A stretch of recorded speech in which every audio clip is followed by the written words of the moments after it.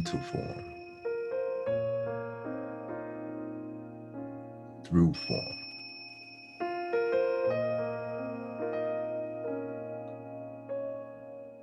back into form,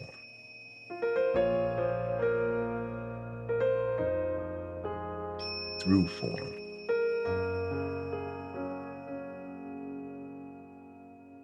out and back into form immediately, through form,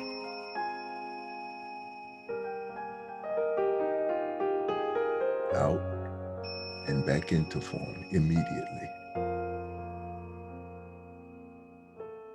through form,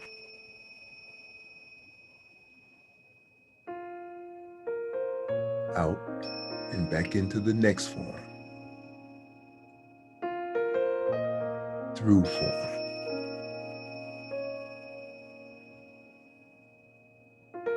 out and back into the next form. This is the cycle of existence for us as microcosmic beings, never ending, infinitely, never dying, simply jumping from one form to the next form, infinitely and forever. The form will expire.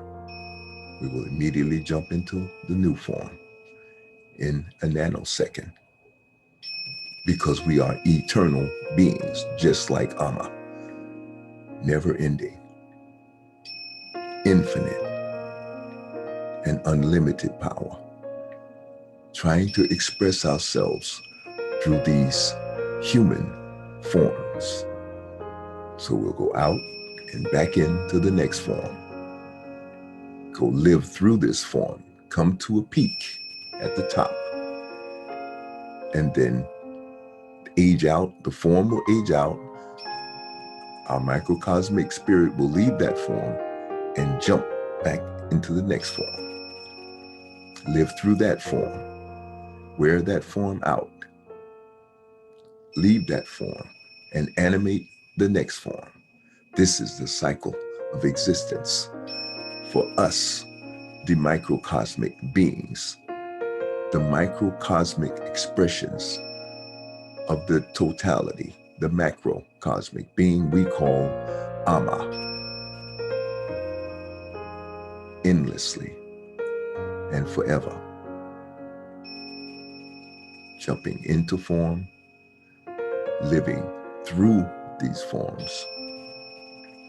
The form wears out, cannot keep up with us, so we will jump from that form into the next form, endlessly and forever, living through these forms, not to be confused as being the forms. We simply jump from one form to the next form, live through that form. As the form ages out, we will simply transform into the next form, endlessly and forever. This is the cycle of our existence. How you doing, family? Welcome to another Bantu Morpheus workshop. What I'm doing here is we're going to do a comparative critique of Philippe Matthews, who is on a virtual, doing a virtual presentation of his overall analysis and of the trauma experience, as well as the trauma experience that Africans in the diaspora are experiencing from the focus of Africans in America. But he's also doing a beautiful job. To me, this is one of the best presentations I have ever seen of his work that I have been viewing for the last 2 years solidly. And he did a really phenomenal job on this presentation, and I had to record it And what I want to do here for you is allow you to do two things. One, get all of the data and the insight that he beautifully presents here for you. And I want to encourage you to join his, go to his website and participate on whatever level you feel comfortable with getting involved with his training. But he absolutely deserves to be honored and respected for the comprehensive collection of data that he has put together to help not only African people throughout the world, and as a consequence to uplift and help the whole society of the world, of the humans, to evolve to a new level by shaking off all of this dysfunction of the mutated Africans who have come out of the Ice Age process, which has transformed them into these barbaric creatures that have to be now brought back into the human family slowly and surely over the last, well, we've been working on them for the last 2,000, 4,000 years, 6,000 years, trying to get them back into a higher level of humanity. This has been the real work that Africans have been doing with these mutated Africans. And this is really the true story of what's going on here that has all these labels of race and white supremacy and all of these false labels that the mutates have created in order to, I guess, deal with their emotional trauma of being first becoming albinos and then forced into 100,000 plus 300 years of being in the ice, having to live underground in caves for over 100,000 years and being mutated into these albinized mutates. And all of the megalomaniacal dysfunction that comes out of the whole traumatic experience that they have gone through with being mutates. And so I think that Philippe Matthews in this presentation, my God, is just, and I've been doing a lot of research, and I'm talking 30, 40 years, folks. I've never seen a more beautiful, masterful job that this brother has done in producing this comprehensive presentation. It's very long. I'll probably have to break this up into 4 videos in order for you to get it all. But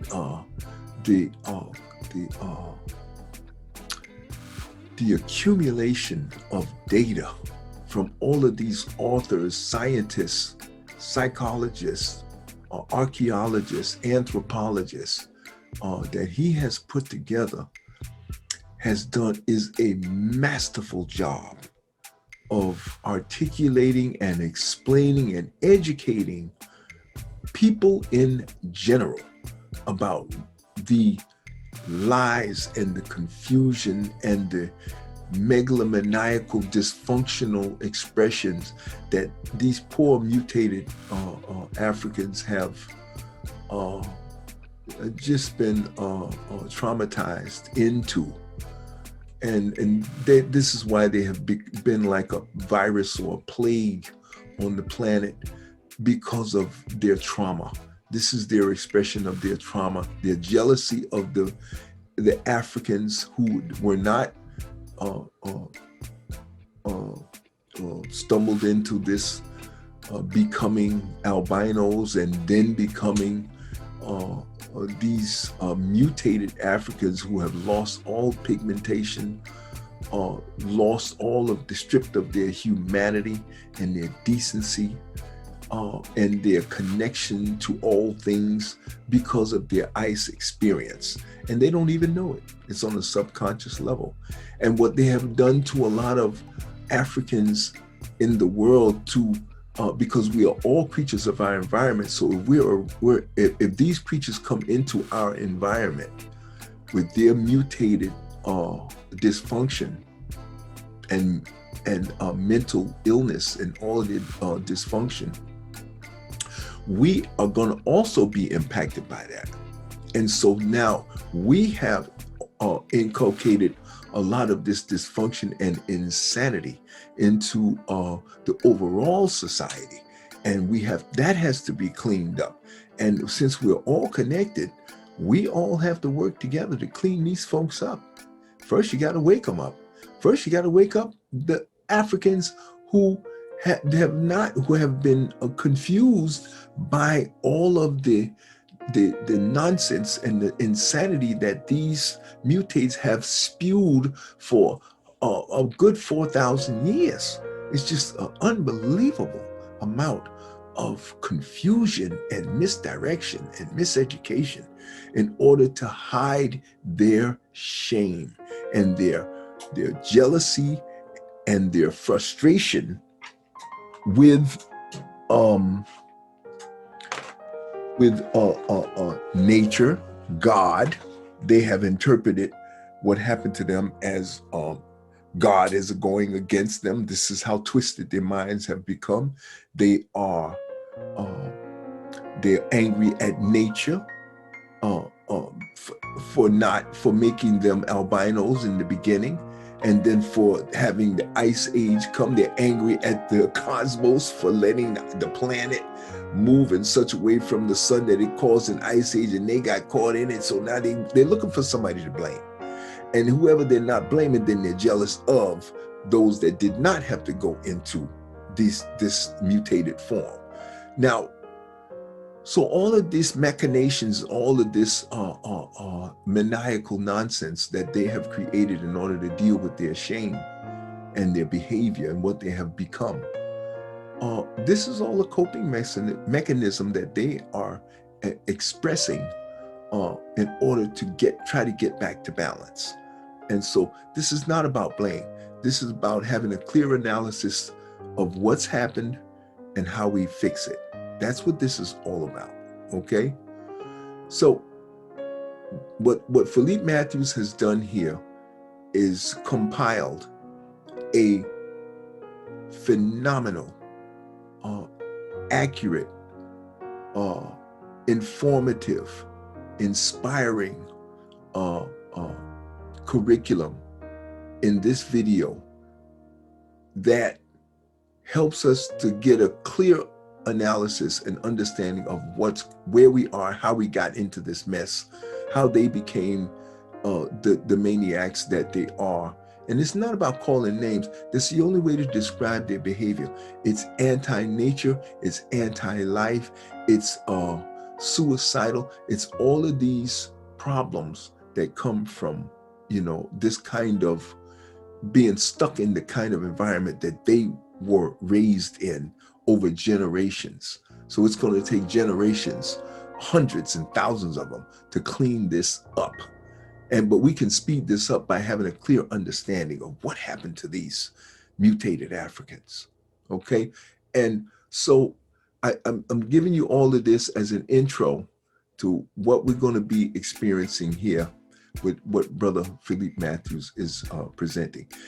He's doing a webinar or internet interview with a brother who's running a YouTube channel that comes out of England. I kind of spliced all of that out because we have so much to cover. And I mean, no disrespect to this brother, African brother who was in England, who's presenting this. But in order, for the sake of time, I have to try to keep this down to a minimum. And this is coming from my perspective.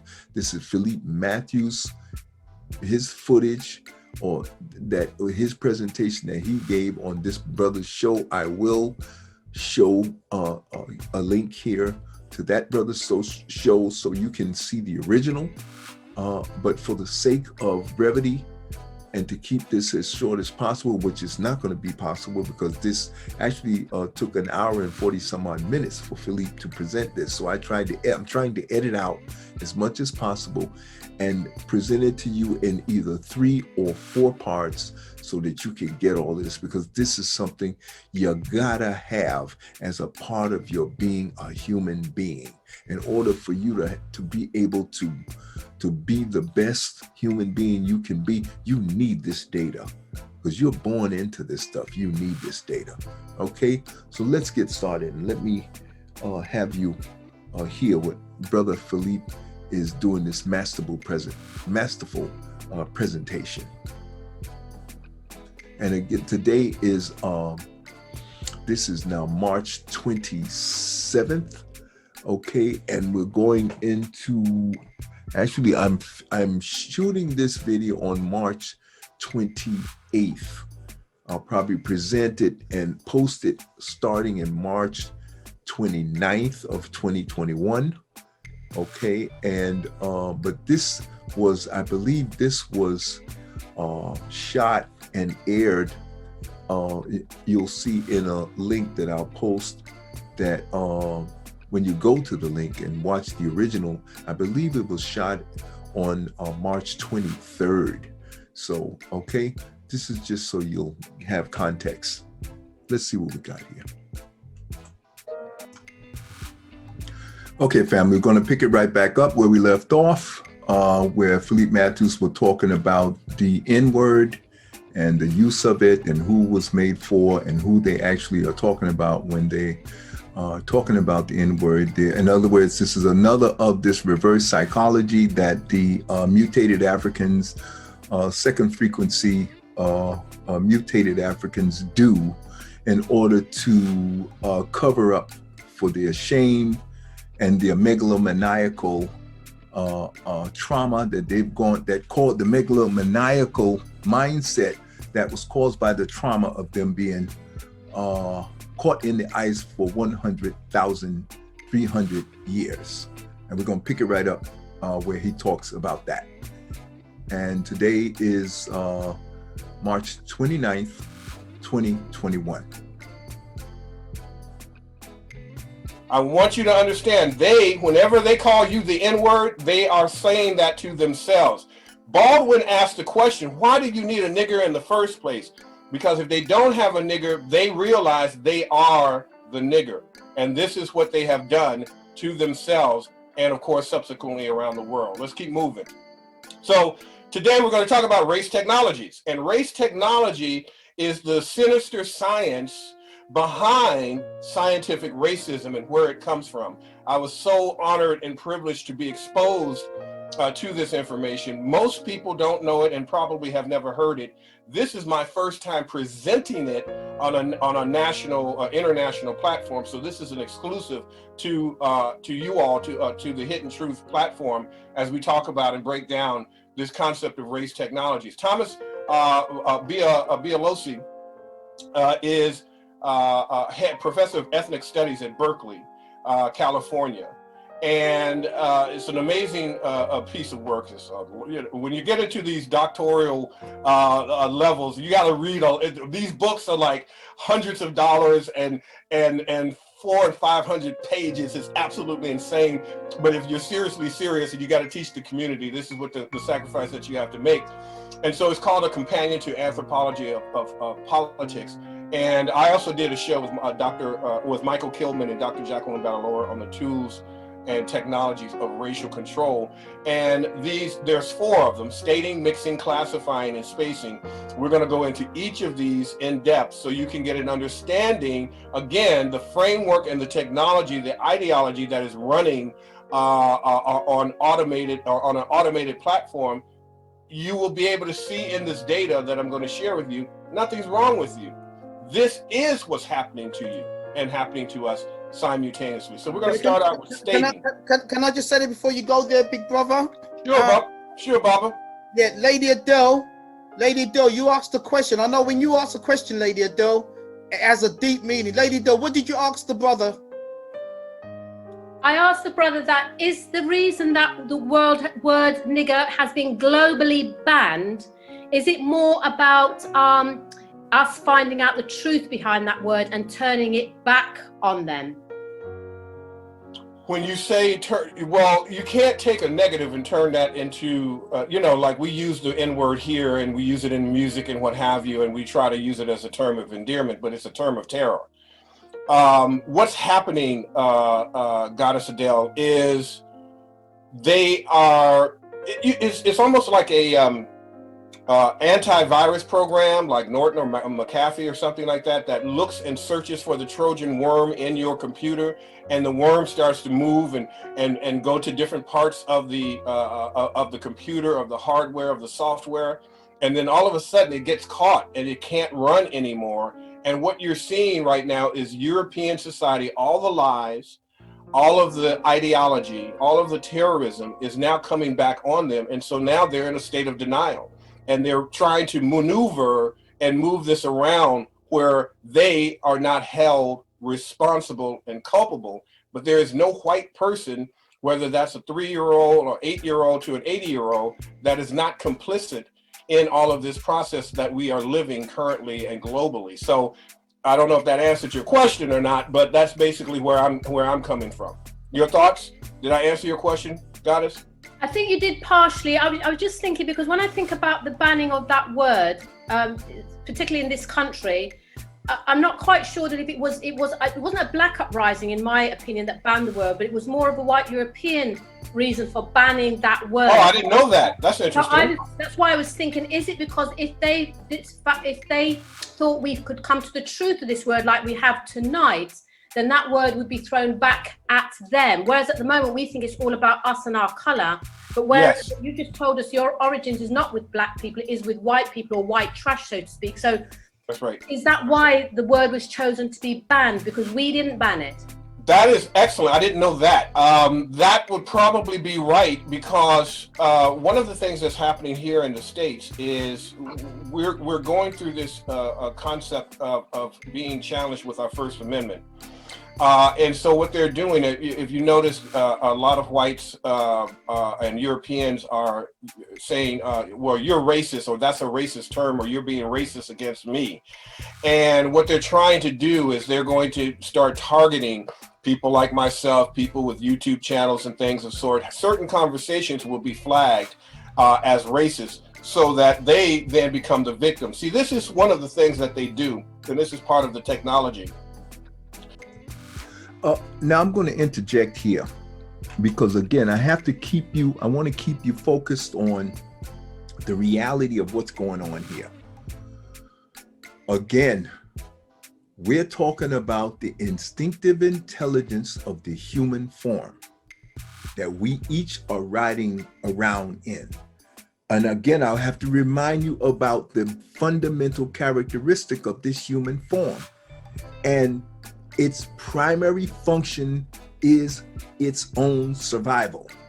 Okay, separate and apart from the intuitive intelligence that we use as microcosmic spiritual beings.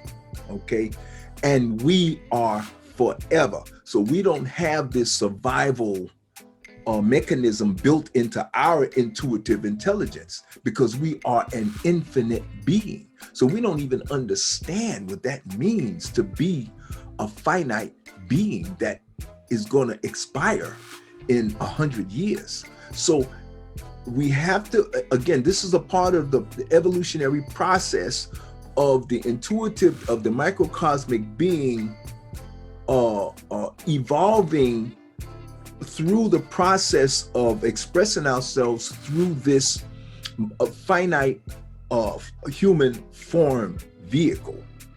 You got to understand that that's what we're working with. Color doesn't matter. The real battle with know thyself, this is about the intuitive intelligence of the microcosmic self being able to express itself through this finite, instinctive, intelligent human, instinctive, intelligent, human form vehicle, folks. You got to understand the characteristics and the nature, the organic nature of the human form vehicle. So what Professor Philippe Matthews is talking about here, he's absolutely right. But these are all the machinations and the mind games and the reactions, the reactionary thinking and the reactionary behavior of a instinctive intelligence, folks. And it has been traumatized once it is threatened with an ice age, with being an albino, being rejected by and different from, and not, and you got to understand another and very, very important characteristic of the instinctive intelligence that runs and automatically runs in the human form vehicle. Competition is 24/7. It is always competing and struggling and worried and trying to survive. And competition is its number one focus at all times. So as a microcosmic being, we have been so miseducated by this system that was set up by the instinctive intelligence. So quite naturally, the system is going to be set up to favor the instinctive intelligence. I don't give a damn what color it is, the white, pink, black, purple, red, yellow, it doesn't matter. The form, as long as your human form is calling the shots and you are not spiritually actualized. In other words, when I say spiritually aware or spiritually actualized, that means the microcosmic spirit is dominating and controlling this whole combination, which is the human being. So the being, that's why I said we should be called being in humans. But no, the language is backwards, because if we say it in a certain way, it would help us to remember what we should be doing. That's what words are supposed to do.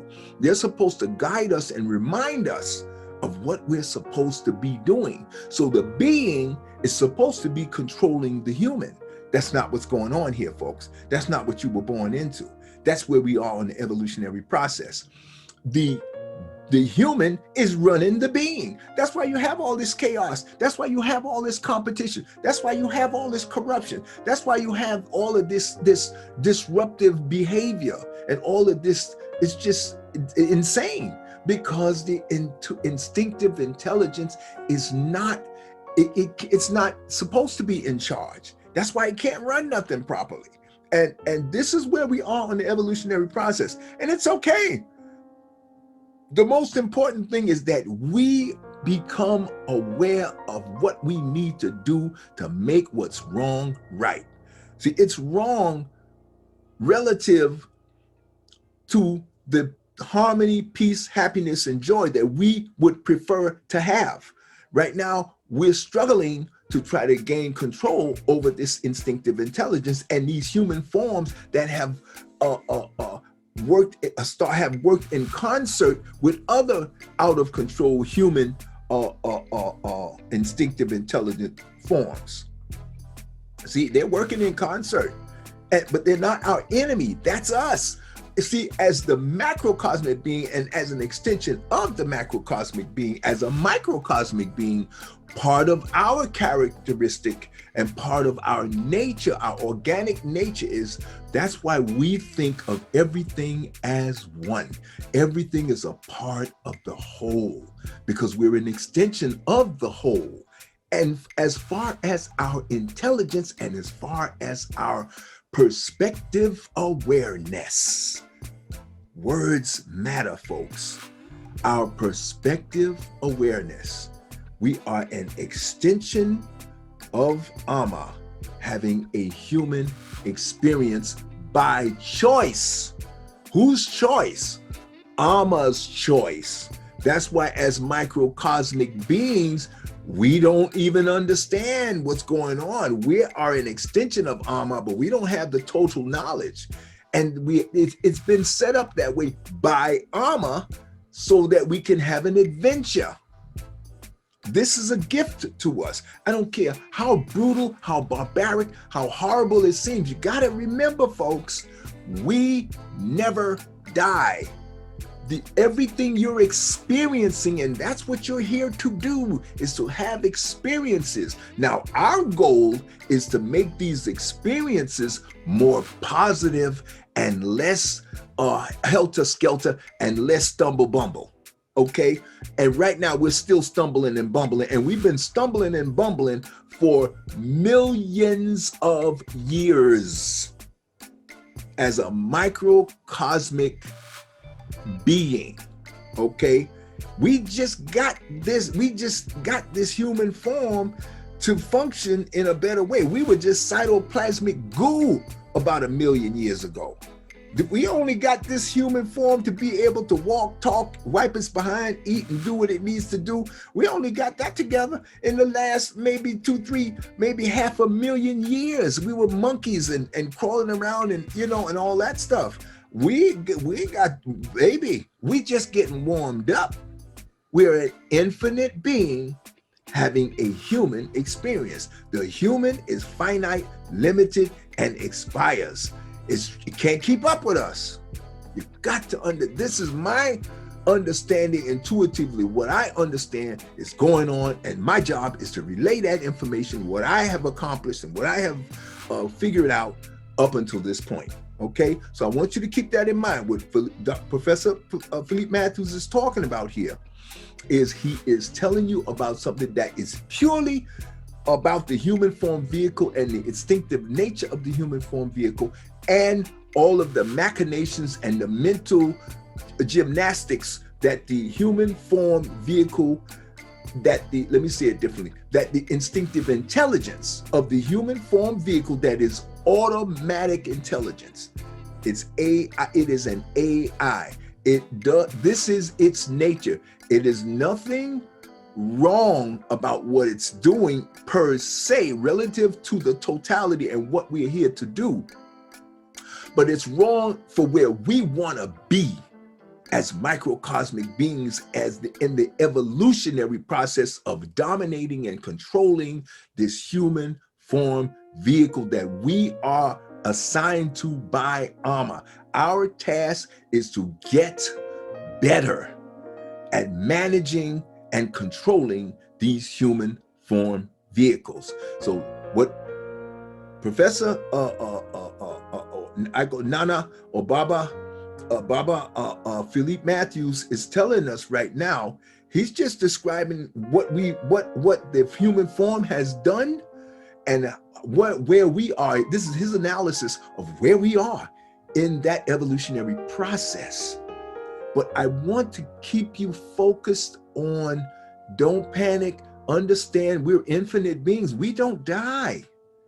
This instinctive intelligence of this human form vehicle is struggling to survive. So it is confused. It is out of control. And that's our job. That's why they say to know thyself. You got to go within. You got to get what I'm giving you right now. You need this data. See, because your approach has got to change to what I'm trying to tell you right now. And if you look at it from where I'm trying to tell you, you'll experience the walking heaven that I live in every day. The lack of fear of death that I walk in every day. The joy and happiness and the clarity of mind and inner peace that comes from knowing what's going on and understanding that we will never die. So this is just, listen, we just want to make the get the biggest bang for the buck. And that's where we are right now. I just wanted to make that clarification. Okay, let's keep it moving. Is that they reverse everything, flip the script, reverse projection, and dynamically project that back onto whatever the group is that they need to have, so that they can feel superior, because they are ethnically an inferior people. And so as a result, whatever we do and say to protect ourselves, now they're doing it. And you're also seeing it with Asians. Asians are now saying, hey, we're being discriminated against. This is racist.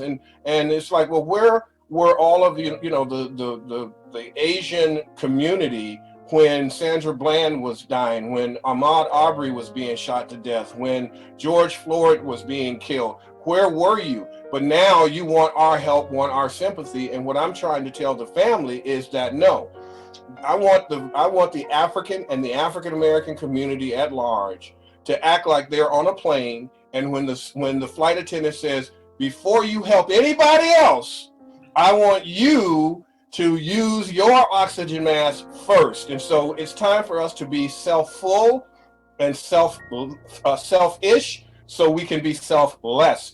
As a result, we need to protect our own first. We need to get this education and information to our people first, and we need to help Africans and African Americans first.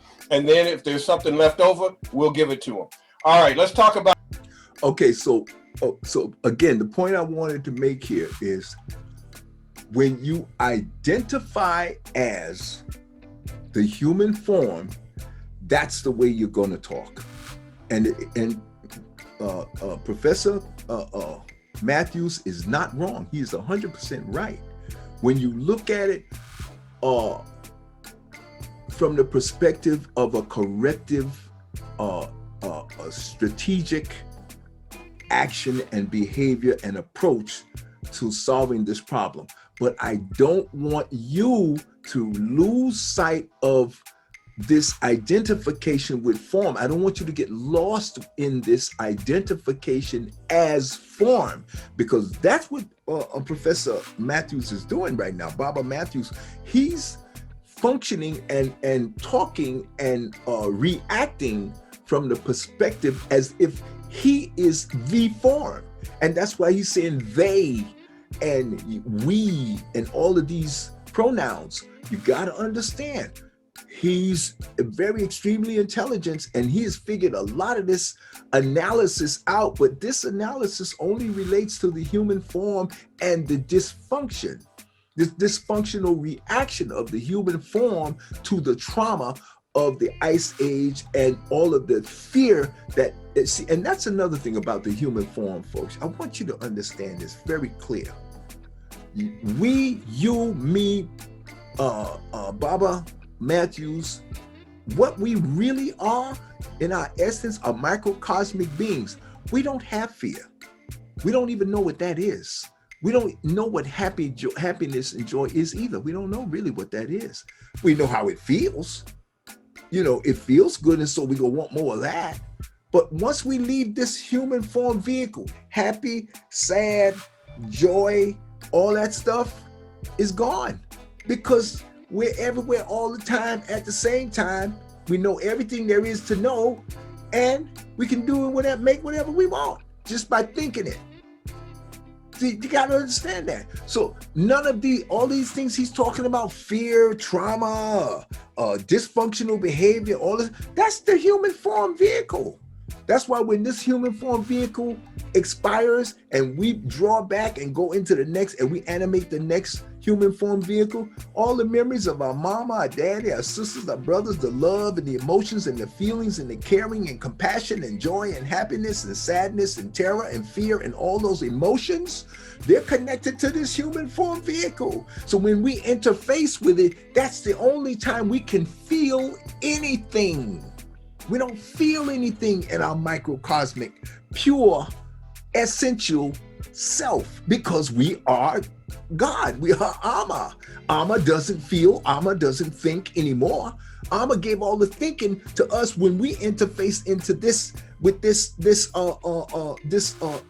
human form vehicle. We have to start thinking. That's why you have an intuitive intelligence, because you don't need an intuitive. This is what I got to get you to understand, folks.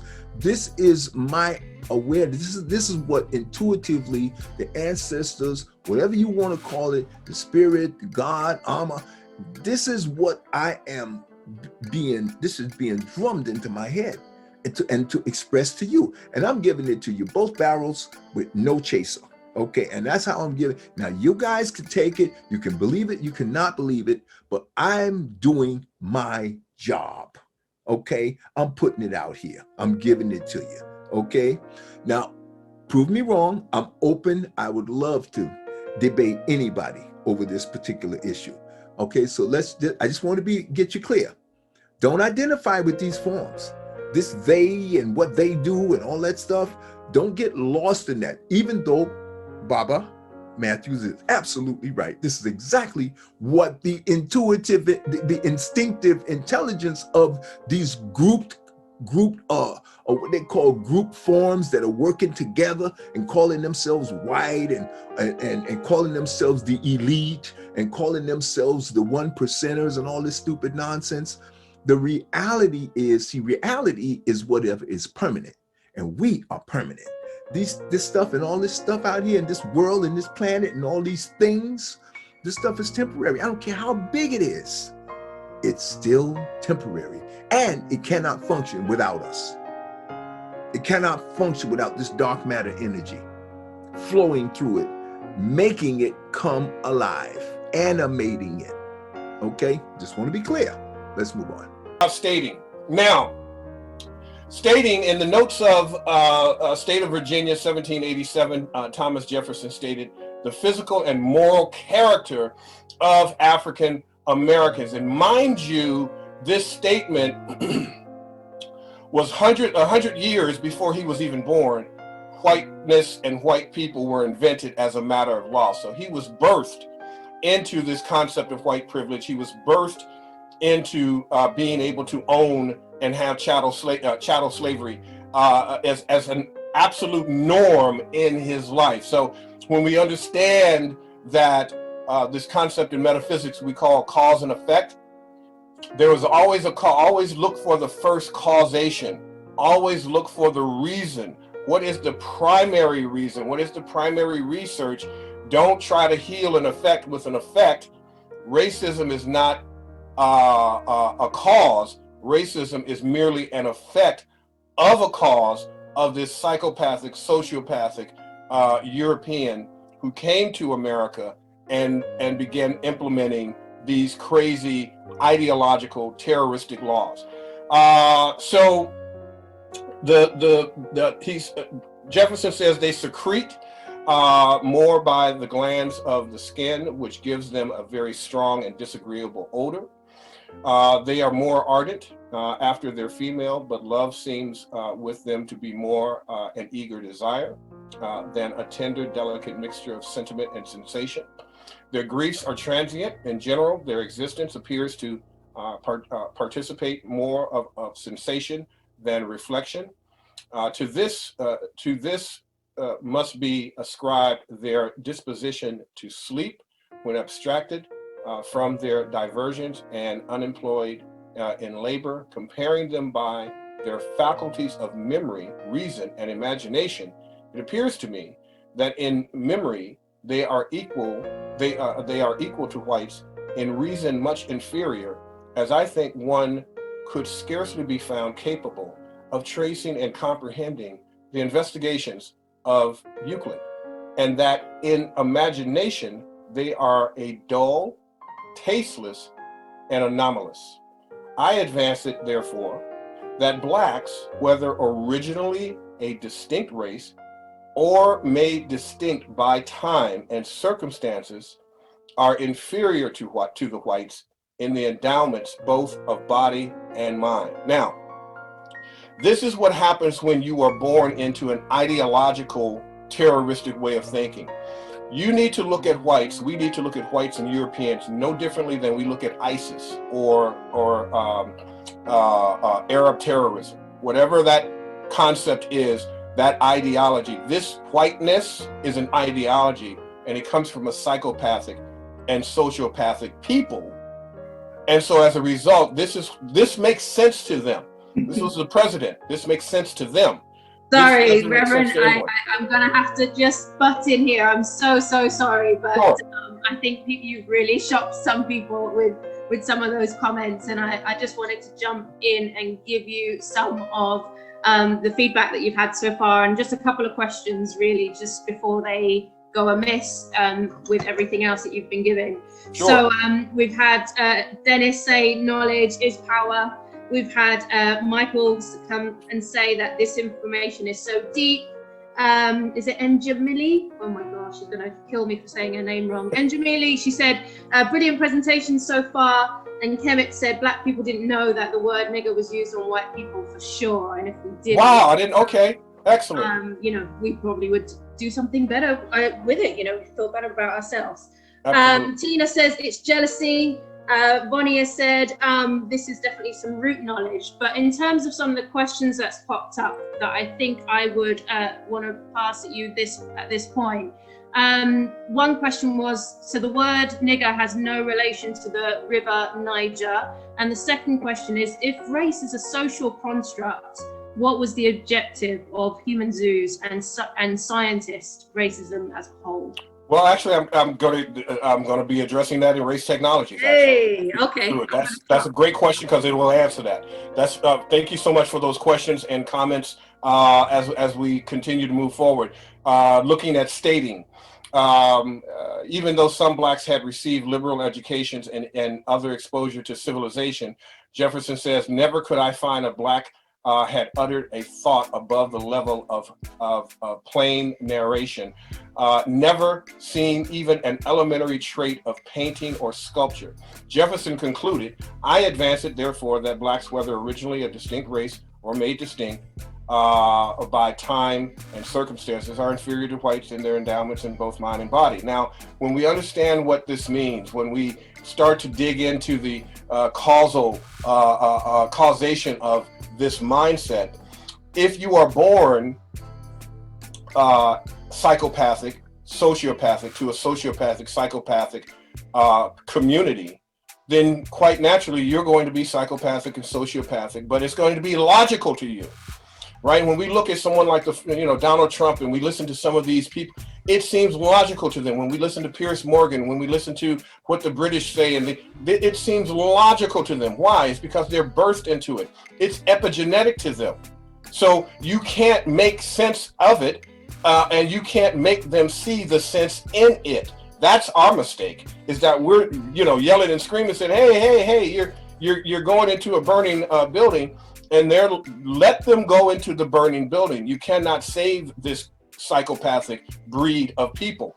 Now, when we talk about stating and the concept of negrophobia, Franz Fanon says that summarized this white insistence on the inescapably uncivilized otherness of the black person by starkly enunciating the terms by which the black person is hailed in racist society: dirty nigger, or simply look, a Negro. Now, mind you, this is what was used on them when they came here. Remember when I was on, I forgot when I was on a few months ago, and I shared the story about how there was not enough women for the planters and for the plantation owners. And so what they did was they actually shipped women from your neck of the woods, from Britain, to America. And here at that time during the in Virginia and the colonies, they were slaves and indentured servants, but everybody was equal in the sense that there was Europeans working with Africans and so on and so forth. Everybody was equal on the quote unquote plantation, and there was no thing of white people or no class issues or anything like that. Well, it's class, but not racial class. Well, when all of these women that came over saw all of that were supposed to be for the planters, saw these beautiful Adonis African kings and gods, they got jungle fever and ended up marrying them. And this was the beginning of another level of that trigger of that psychopathic, sociopathic behavior that triggered after Bacon's Rebellion, and they developed this divide and conquer strategy. So Thomas Belosi says, what is remarkable is how little the thrust of white race stating about blacks have changed since Jefferson's day. While he spoke of racial inferiority, contemporary scholars, the media, and the white imagination loquaciously expound on the black culture of poverty, the black family as a tangle of pathology, the black underclass characterized by skyrocketing rates of crime and illegitimate births, and all the Negrophobic images that come seemingly natural to the white mind. This is what they did to each other. We are born gods and goddesses. We have been made into Negroes and niggas. So there is no such thing as a third and fourth frequency Negro or nigga. You are not that. You're not a bitch, you're not a hoe, you're not a thug, thought, baby mama, baby daddy. All of that is white, male, patriarchy made. You, your original self, at birth, even before birth, is that of an African god and goddess, because the creator only creates the best creations. Nothing's wrong with you. Something happened to you, happened to us, and that was when this group of Africans went into the Caucasus region over 300 years, depigmented themselves. As a result, they became psychopathic and sociopathic. They were exposed to temperatures at the last 5,000 years of the Ice Age of temperatures below 200 to 400 below zero. When that happens, great study was done. You no longer are able to access God. You're no longer able to access ascension. You're no longer able to think of your thinking. You're seriously at that point in survival mode. At that point, even though they had been depigmented, they began to erode psychologically and became psychopathic because they had no food and they had to fight for all the resources. This moves into Dr. Edwin Nichols' work on axiology and his work called The Philosophical Aspects of Cultural Differences, where he talks about how the European had sometimes only 3 months to grow a crop.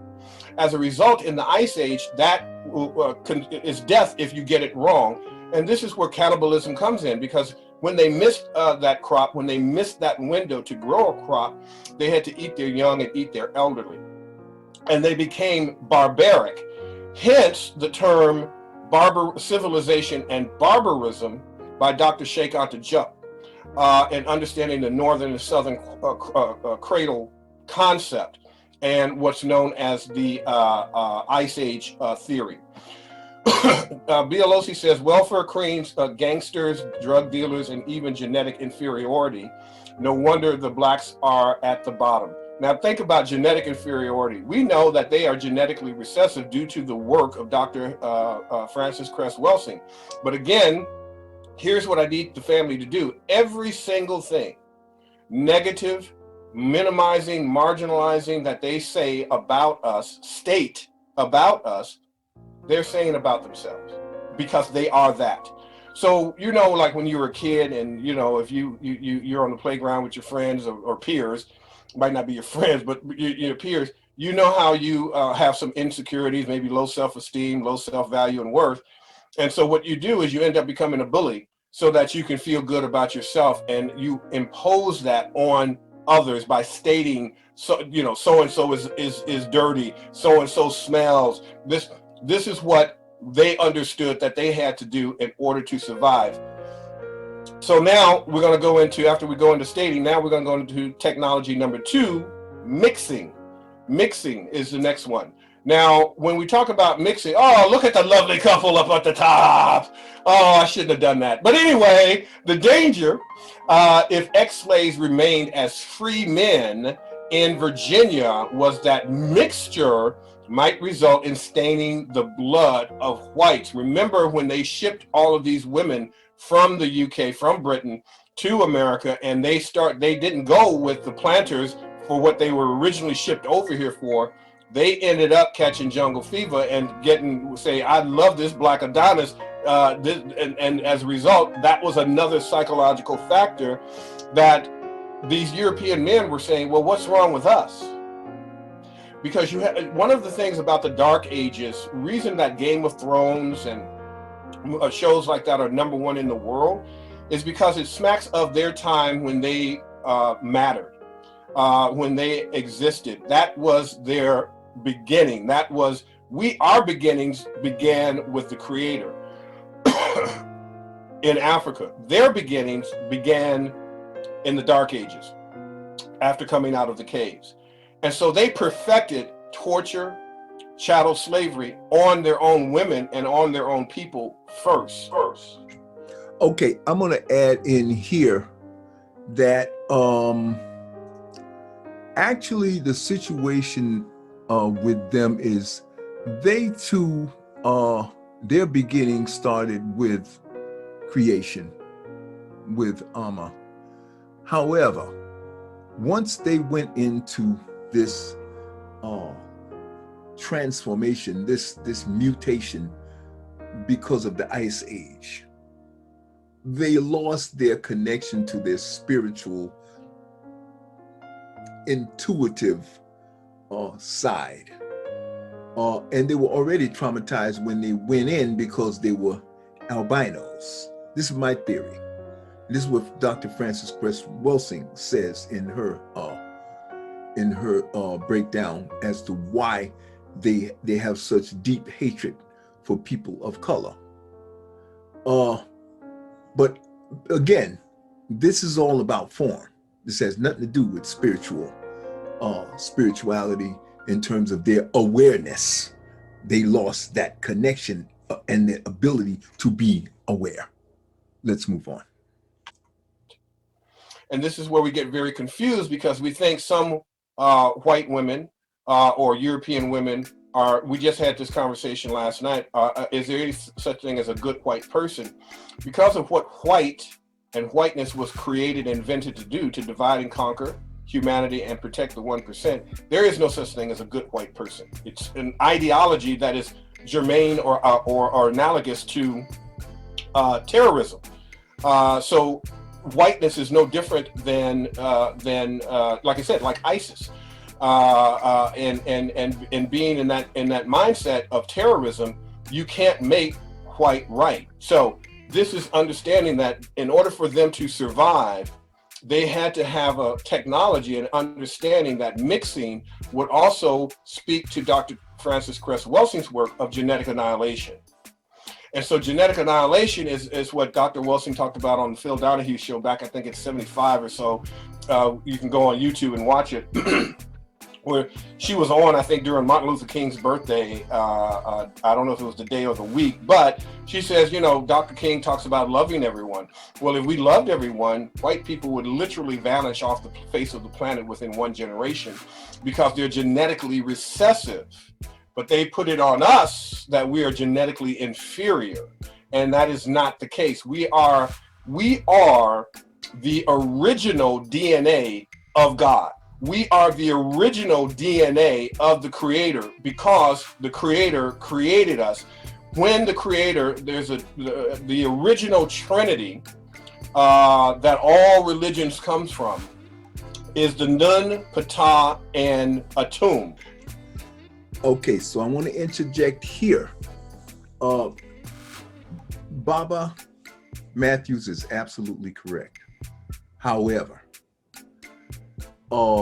if we all agree that Amma is omnipresent, which is everywhere, all the time, and at the same time, and in fact, time does not exist for Amma.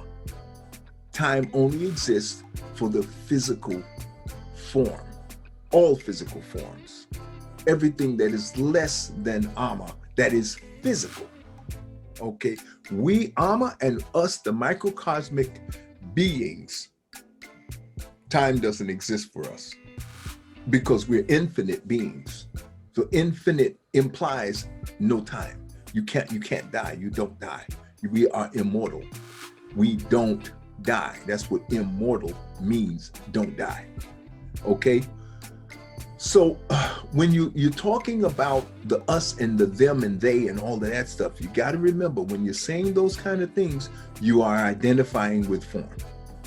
And as long as you are identifying with form and you're aware that you are not form, then that's okay, because then it's just for education and conversation. But you must also remember, you don't want to be emotionally identified or in any kind of way see yourself as being attached or saying that you are the form. No, you are using the form. You are using the intelligence. You are using the thoughts. You are using the emotions. You are using the sensation of touch. You're using the sensation of taste. You're using the sensation of smell, sight, and hearing. Okay? These are the senses we are using that come with the human form. But we are not sight, we are not thought, we are not mind, we are not any of these things. We are a timeless, spiritual being that we don't feel anything. We are having the use of feeling sensation that's coming through this form. But once we leave this form, we don't die. We just continue to just be. That's why we are beings. Okay? But so I want to be very clear and establish this boundary here, and to help you to understand that this is what we must do psychologically and spiritually, bond with our permanent infinite selves. Let's move on. And so the waters of none, the primordial waters, is, if you will, the unified field of unlimited potentiality, the quantum field, the supreme being, the all in all, the universe, whatever term you want to ascribe to this primordial waters. When it began to say that I want to manifest and see myself multiplied within and throughout myself, Ptah, the conversion began. The Kepra began. As a result, then Atum came in and named and labeled and produced everything. That's the original Trinity, spiritual version of the Trinity, from where everything comes from. So Atum is what they say in their Christian Bible is Adam.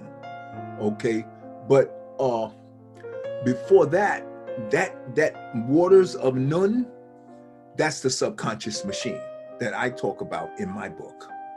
That is that which received the one only thought that Amma put into motion.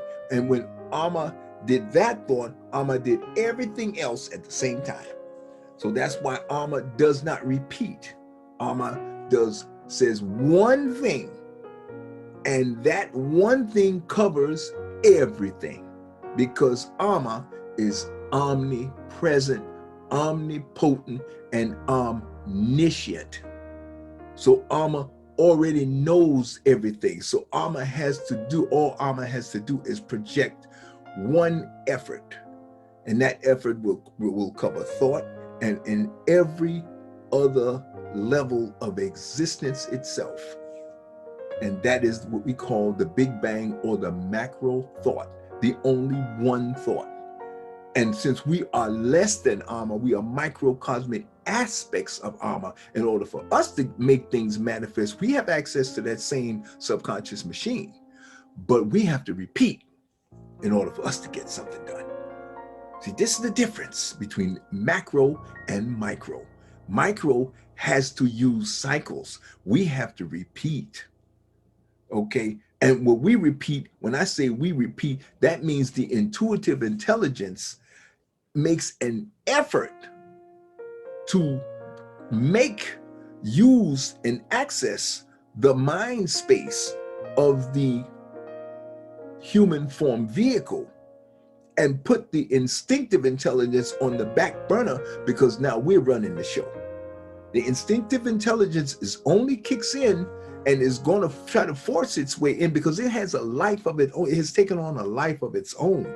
That's its job, is to make sure that the physical form stays alive. But it's bare bone ignorant, brute ignorant, and just bare bone basic survival, fight or flight, and all of that stuff. There's no feeling, no emotion. It doesn't care. You know, just like people try to put emotions and feelings on the subconscious machine and Amma and all that stuff. Amma don't have no feelings. Amma's too big for that. And the subconscious machine don't give a damn either. It's too big for that too. It is a machine. It's not designed to feel. We do the feeling. This microcosmic being in here, and we don't even do the feelings. We get the feelings from this physical form vehicle. That's why I'm saying you got to respect the physical form vehicle, because we need that in order to enjoy this experience. And again, this is just a experience, and it is a nanite in existence. No matter how real and big it seems to us, this is a nanite. We don't die. So this is just something that we're playing around with right now. You got to understand the mentality of this. Okay, so don't take this stuff too serious. Don't start putting human characteristics and behaviors and personalities and reactions on God and on the subconscious machine. Stop that. You're wasting your time. These entities don't care. God is not sitting here watching over us. No, we were endowed with power, authority, and abilities. And if we use them, we get the benefit. If you don't use them, you just sit here and just meander around and flop and flounder until you get it together. There's nobody watching. This is only for you. It only impacts you. It ain't gonna impact nobody else. You can't touch God. God is kick ass and take names. That's it. God ain't none of this watching. You got to stop that. This is a part of the machinations and all of the mental nonsense that the instinctive intelligence is projecting into the matrix of confusion that it has created over millions of years, or in most recent time, hundreds of thousands of years. Okay, so I just wanted to interject that. Moving on. So imagine that you have a group of people who are created by the Creator. Think about that. Yeah, DNA is what you are. And again, DNA is not what you are. DNA is who my form is. What we are microcosmic expressions of God that never dies and just keeps, we are immortal. We just keep jumping from form to form to form to form. Why? Because that's what Alma said it wants. It, not he. Don't do no he in. It. The big order. Alma for us is actually the order that the one thought is Alma. See, and Alma is the totality. Okay, but the thought is what authorized us to be what we are and to come into being. It was Alma's one single big bang thought. And that's it. Subconscious machine is just there as a tool for us to use, and it only does its job. It has no feelings, no emotions, no resentment, none of that stuff. Stop all that. Okay, but what we are is microcosmic infinite beings that can never die, and authorized by the one single thought of Big Bang, by Alma, to utilize the subconscious machine by using cycles, repeated thoughts, and dominating the instinctive intelligence of this human form vehicle. And that's a part of an evolutionary process. Us dominating us microcosmic beings using our intuitive intelligence to dominate the instinctive intelligence of the human form that we use, and we will repeatedly get forever until we get it right. Okay, let's move on. But deity is who you are. We are gods and goddesses having this enslaved, mentally enslaved, physically enslaved situation and experience. So again, this is the one correction I have to give for Baba Matthews. Who is what the form is. We're not the waters, we're not all that stuff, we're not the form, we're none of that. We are what? We're a what? Micro gods having a human experience. Who is what the human form becomes, because our mother gives us names. Okay, and we are that form, but the perspective and what we are is the perspective as a microcosmic expression of the totality, but in a small nanite form. And the authority and power that were extended to us by Amma are allows us to manipulate matter and create things in our environment with the use of repeated thoughts. So until we know ourselves and know this data that I'm giving you and start to identify and function out of that perspective, and with practice, we will begin to gain the power and the muscles that we need to instantaneously make things happen here on this physical plane by using our very mind, by using the very mind and thoughts of the form vehicle, which is the AI, and the AI of the human form is there as an automatic intelligence to protect the human form when we drop the ball, and when we since we don't have it together, and since this is a part of the evolutionary process. This is the stage where we are, where the intuitive intelligence of the microcosmic being is still working on dominating and controlling this instinctive intelligence of the human form. Okay, that's where we are. So I wanted to give you that clarification. Let's move on. But if you don't know that, if you don't know your first frequency, if you don't know you're born a god or a goddess, you are going to take on the false identity of calling and referring to yourself as a bitch or a hoe. You're going to refer and call yourself a nigga or a negro. You're going to do that to other people who are in your space, who look like you or your peers. You are going to think that that is the way and that is who you are, and that has nothing to do with you. That is so far from the truth of who you are, which is why I'm so honored to be able to do the work that I do, to be able to enlighten people on here's what happened to you, nothing's wrong with you. And some people can't even handle that level of truth because it's sometimes so overwhelming. If you're in your 50s, 60s, 70s, and 80s and you're figuring this out for the first time, it can put you, it can put you in the hospital and have an identity crisis, which we talked about in the last program. So let's review what's called anti-miscegenation as we talk about this, the second technology of mixing. Anti-miscegenation laws or miscegenation laws are the laws that enforce racial segregation at the level of marriage and intimate relationships by criminalizing interracial marriage and sometimes also sex between members of different races. So this, and by the way, that's the law. You can go to the burgessarchives.org. There's volumes of the original Virginia laws. So as I mentioned earlier in my presentation, this is a science-based ministry, and so I'm not coming to you with my opinion on anything. Okay, so again, I want to add in here. This is going to be the foundation of the reparations fight, and we're going to win this. It's just a matter of when. There's no way that we're going to allow these folks to pass laws from 1660 something to 1680, 1680 something to now 1997, 1967, when they finally ended all of these and enacted civil rights for everybody, which should have been automatic anyway. But again, this is part of the matrix of lies, machinations, and a mental illness that this whole white supremacy is just another part of the matrix that the instinctive intelligence is going to promote in order to try to stay in control of the human form vehicle, because that's its basic function, is to take care of the human form vehicle.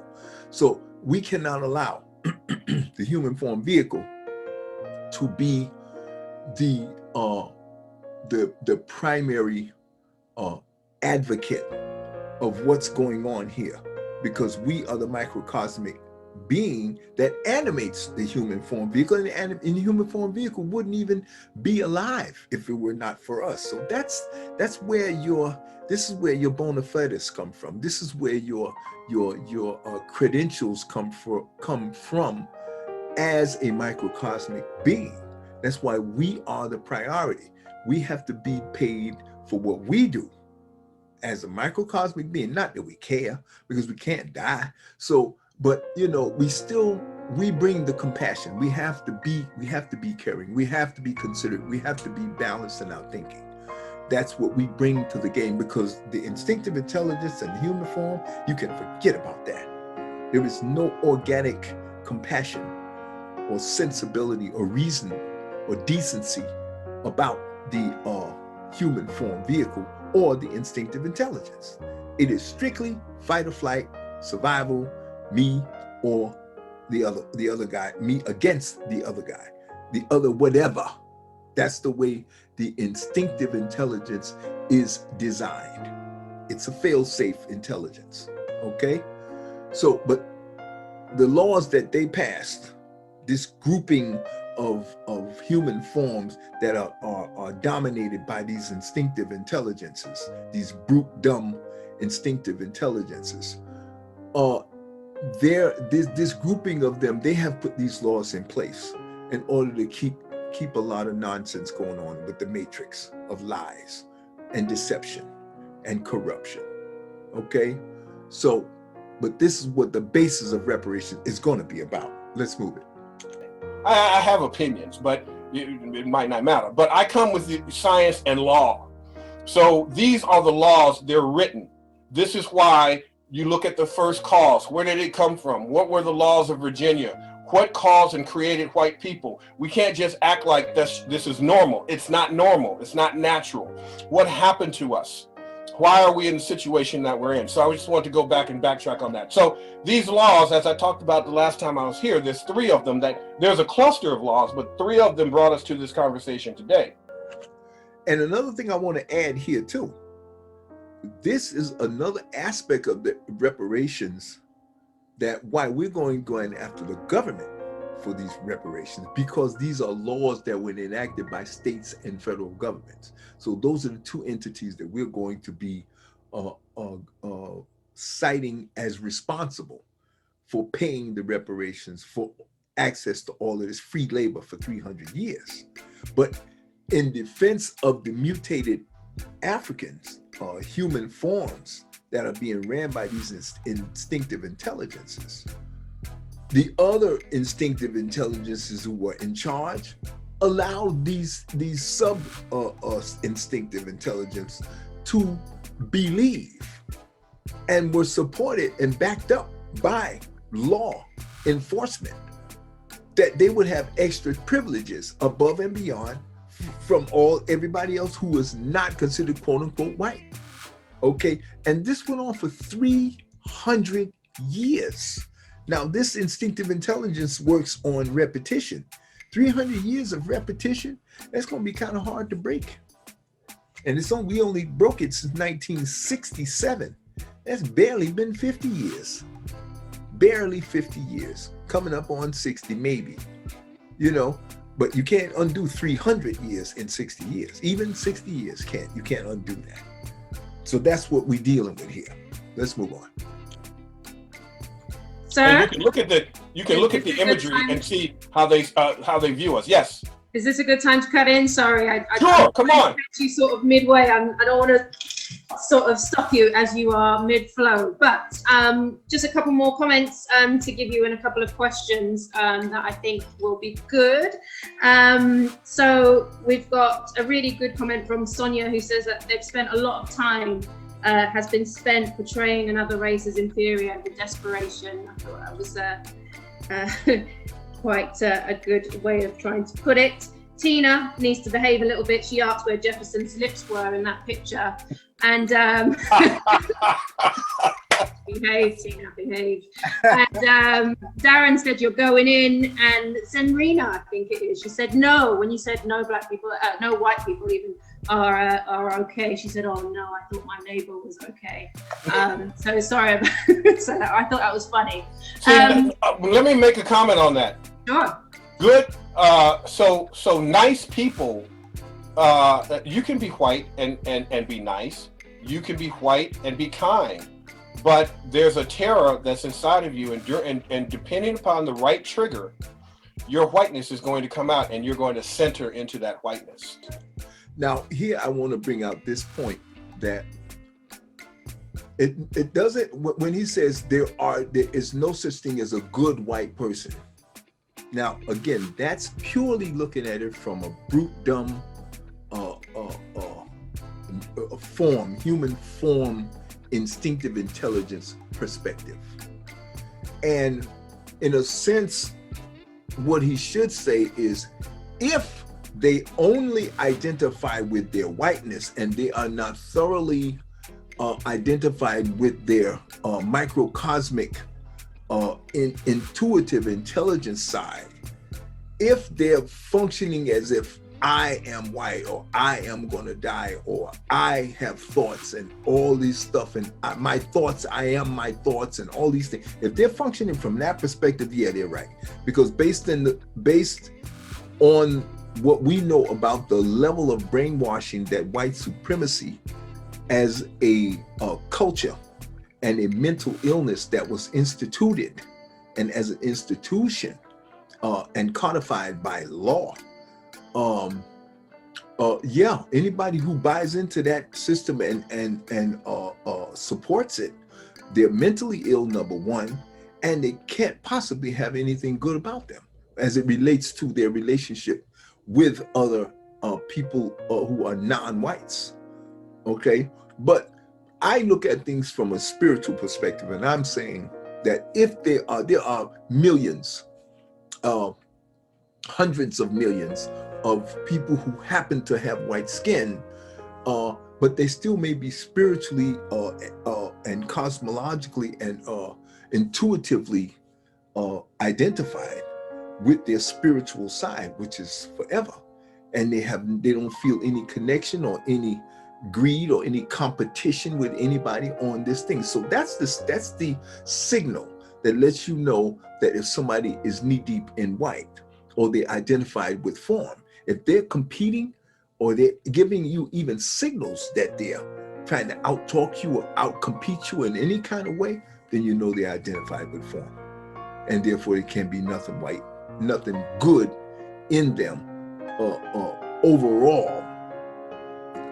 When challenged, you're going to see that they're not good. They're going to bond with their corrupt, privileged side that happens to be labeled as white, which is not real. Let's move on. And you're going to harm somebody of color. You're going to harm somebody that you or the whiteness has labeled as the other. It's inevitable, and we've seen that happen again and again. Look at Sharon Osbourne. We never thought that Sharon would put herself in that position, but she did. Look at Piers Morgan. They always tell on themselves, and whiteness always centers. And so as a result, there's no such thing as a good white person. But these are people who are acting out psychopathically, sociopathically from a false ideology. They don't know that they're not white. They don't know that it's not biological. They think that they are literally real and that they exist. And in order to do that, they have to defend it. And this is why they feel they want to be, now this is the crazy thing, Goddess Adele, they want to be us. They want to be African. They want to come home. They want to go back to the primordial waters of the Nun. They want to go back to God. They want to go back to Africa, to the Creator. But because of what happened to them, they can't access that highest frequency. So again, I want to interject here. This is another opportunity where we can see where the point that is, again, I'm going to keep repeating this. The concept of an intuitive intelligence and of an intuitive, intelligent, microcosmic being that is riding in a human form vehicle that is controlled by and dominated by instinctive intelligence. This instinctive intelligence can actually trap the microcosmic being in the vehicle. Okay, and because the microcosmic being may not have been made aware of what it's supposed to have been doing and begin to take charge and start forcing its intuitive intelligence over and above the instinctive intelligence. See, if you don't know that's what you should be doing, You're not gonna build the muscles that you need to dominate and take charge and free yourself from the trappings of the matrix of lies and confusion that the instinctive intelligence is going to try to perpetuate. Let's move on. They can't access what you and I naturally and normally access on a daily basis. And that makes them angry. That makes them enraged. That makes them fragile. And when we look at that science that I showed last time I was here, when white privilege is challenged, or whiteness is challenged, it creates white privilege. When that challenge is challenged, it creates white fragility. When fragility is challenged, it creates white rage. And so you'll see the levels and layers of behavior from a Piers Morgan to a Sharon Osbourne to any of the Europeans of how they start to, in their minds, defend their integrity to be white is psychologically insane, because you're basically saying, I want to be a terrorist for all of the other people. I am white, I am superior, and I'm biological, and that is the falsehood. That's the lie. Go ahead. I'm sorry, I didn't mean to interrupt. It's almost innate, that kind of, it's an inbuilt thing that they're not even absolutely realizing at this stage. That's deep. 2 questions, and I'll let you get on. The first is, Jocelyn has asked, who started this divide? You obviously speak about racial divide. Who started it? Can we pinpoint that to one person? And Kimani's asked, why are mixed race people called black? And is that more white tricks? Well, actually, I'm gonna get into that, because that's exactly why I wanted to do this presentation, to talk about that one, the 3-drop rule, that whole thing about biracial and mixed people. That's coming up. The first question was the origins of where white people came from. Yes. The BurgessArchives.org, there's a volume of laws there. It's free.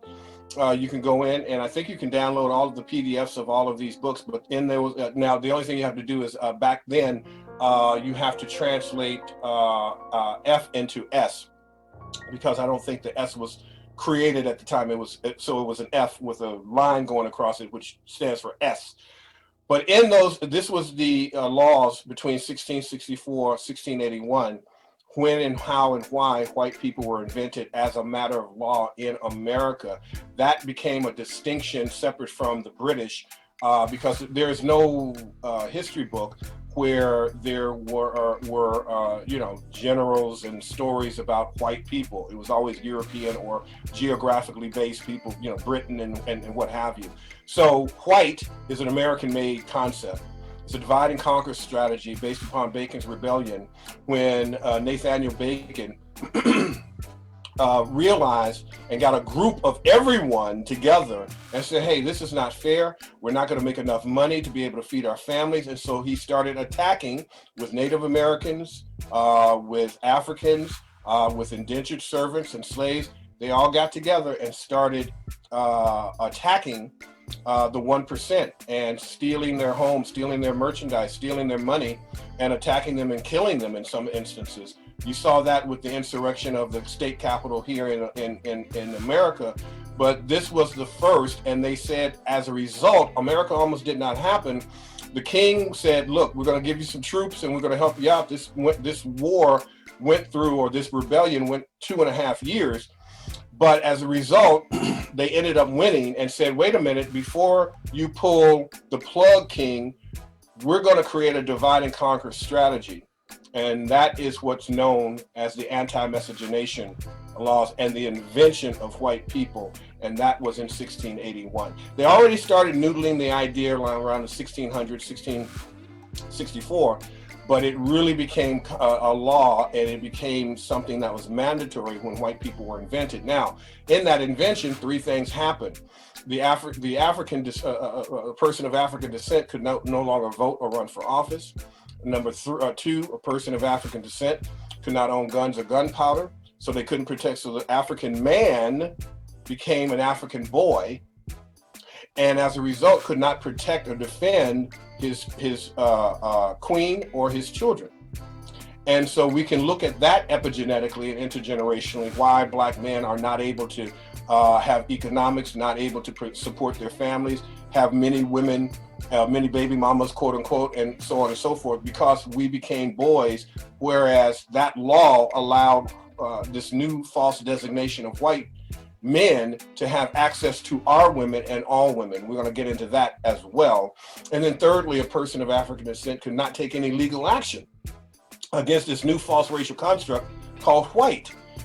So you have no rights. So we see that now with Sandra Bland and Ahmaud Arbery and George Floyd and so on and so forth. We see the same psychopathic ideology today, but it comes from these laws that were produced that created this false racial construct of white. So when we talk about anti-miscegenation law, it made it illegal for white people to marry various people seen as not white. It is a body of law that is an important feature of colonial North America and U.S. history. These laws have significantly shaped people within the United States today, how we appear and how we relate, having lasted more than 300 years before found unconstitutional in '67 with Loving versus Virginia. Now, let's get back to our no-lipped, whoever it was says what happened to his lips. Let's get back to Jefferson. I'm so bad. He says, beyond the borders of Virginia, the danger, if ex-slaves remained as free men in Virginia, was that mixture might result in staining the blood of whites. This was in 1787 that he said this. And there was even more insidious likelihood of this staining than might at first be thought. Since their black skin and African hair and body form made them less beautiful than whites. This is Jefferson now. Black men, watch this, black men, this is his words, President of the United States, black men came to prefer white women over the females of their own kind, just as the orangutan prefers the black woman over those of his own species. Do you see the sickness? Do you see the psychopathy? Now imagine you're being born into something and you don't know who you are. Now, this ideology is going to define who you are. You're going to be a Negro, a good go-along Negro, or you're going to be a nothing-ass nigger. Regardless, you're going to go after the snowflake.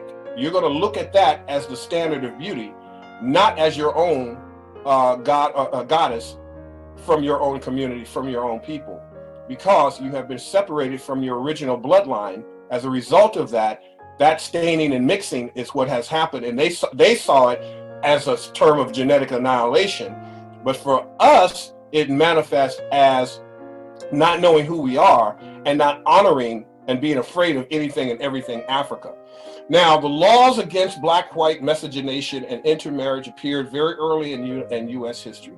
In an effort to prevent abominable mixture and spurious issue, Virginia enacted a law in 1691, 10 years after, well, about 20 years after, 20 so years after white people were invented, which made it a crime for any English or other white man or woman to intermarry with a Negro, mulatto, or Indian man or woman.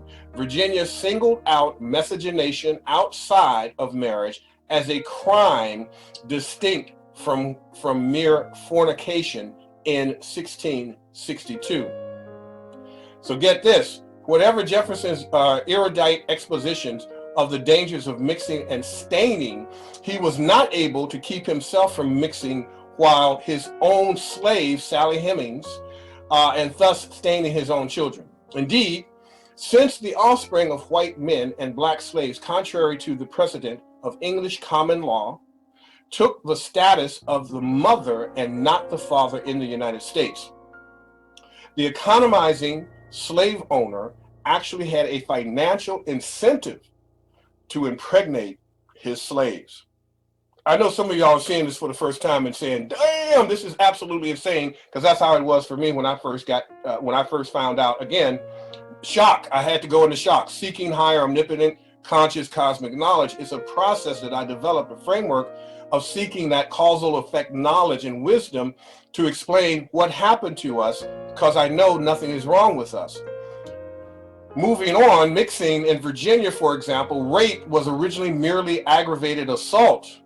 Rape was aggravated assault, a misdemeanor for either black or white perpetrators. But by 1823, attempted rape of a white woman by a black was punishable by death. Now you're beginning to see how all of this is adding up. The Scottsboro boys were 9 African-American teenagers, 12 to 19 years of age, accused in Alabama in 1931 of raping a white woman. The landmark set of legal cases from this incident dealt with racism and the right to a fair trial. The cases included a lynch mob before the suspects had been indicted, all white juries, rushed trials, and disruptive mobs. It is commonly cited as an example of a miscarriage of justice in the United States legal system. So now you're beginning to see how all of this starts to, even though it's not sensible, it makes sense. So I want that to be clear. You can't make sense of something that's insensible. This is insane. This is insanity. But we're dealing with and peering into the ideas, the mindset of a psychopathic, sociopathic group of people called Europeans. And this is how, and then that split, here was another psychopathic split. When white people were invented, then the European became white. And so now the Europeans think that they are white, and white is just an ideology, a false racial construct. And so you have gone even further down the rabbit hole of psychosis.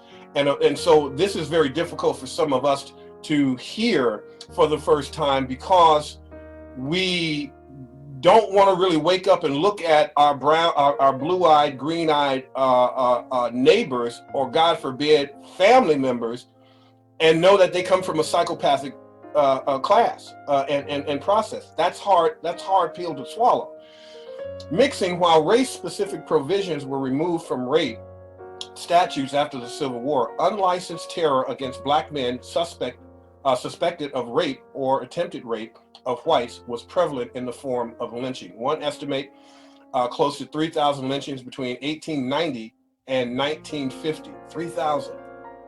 Understand that it did not stop at unlicensed terror against black men. Legal lynching, as it's called, involved the prosecution, conviction, and sentencing with a vengeance of black men charged with raping white women. Remember that movie that was shown in the White House, Birth of a Nation? Between 1930 and 67, 89% of the men executed for rape in the United States were black, probably about 405 individuals.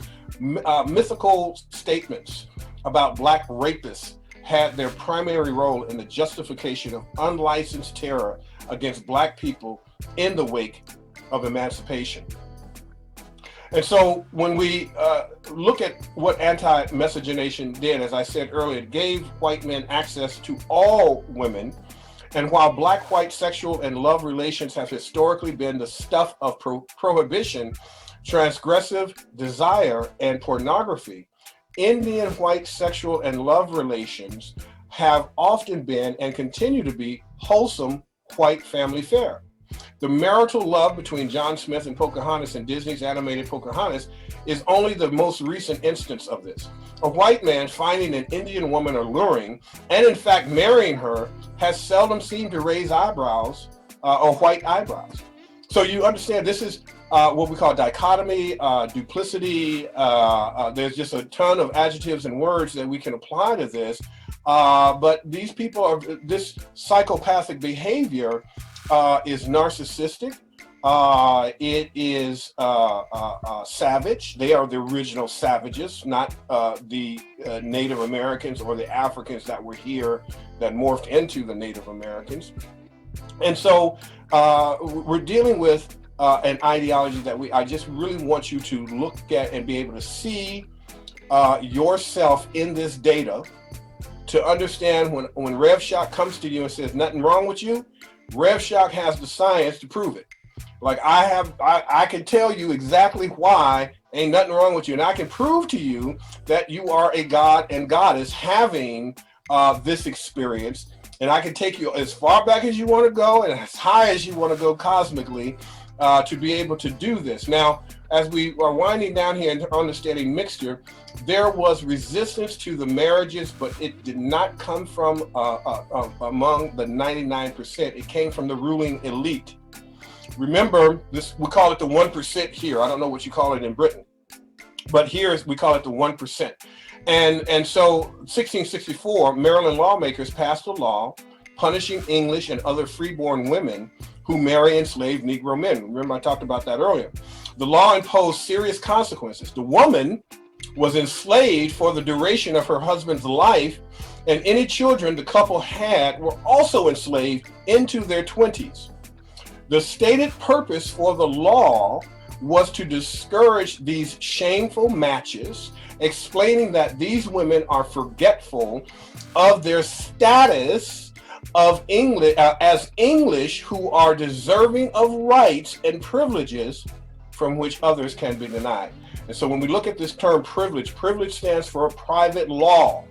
Whiteness and white people are under a private law. That is where privilege comes from, completely invented.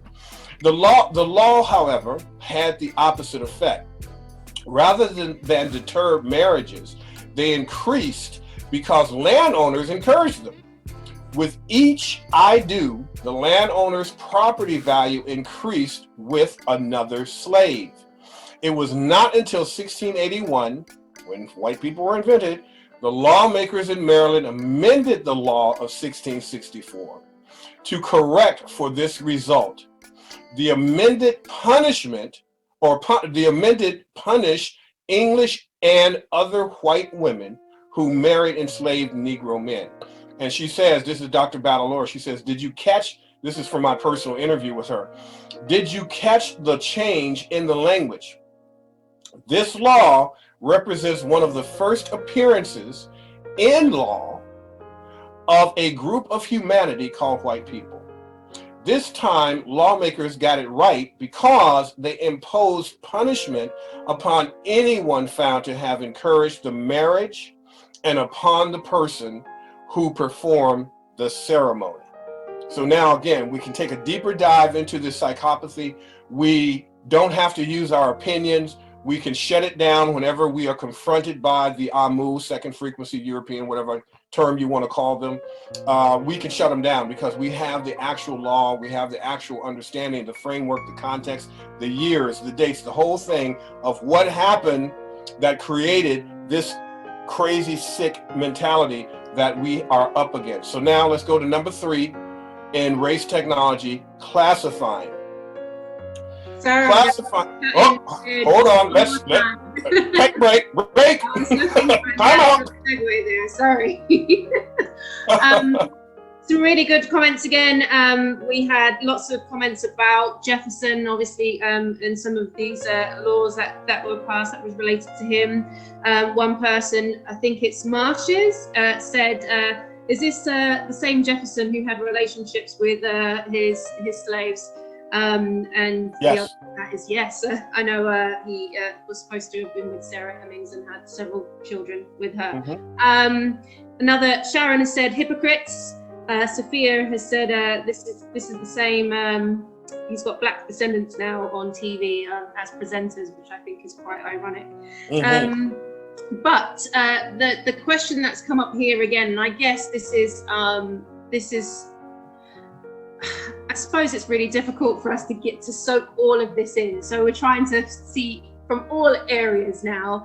I know you've kind of broken down why white people, how white people have come about, but we've got a question now about were white people made in any chemical capacity? So that's...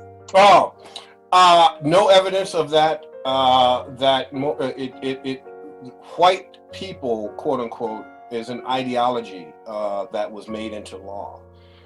If we want to go into the chemical aspect of it, we have to go back into the Caucasus Mountains. We have to go back into and I can come back and do that, but come back and go into what happened to the African when they were turned inside out over 100,000, 300 years, lost, depigmented themselves. The phrenology began to change. I can take you into Glosier's law, Allen's law, Bergman's law, and so on and so forth, as to how the African turned white.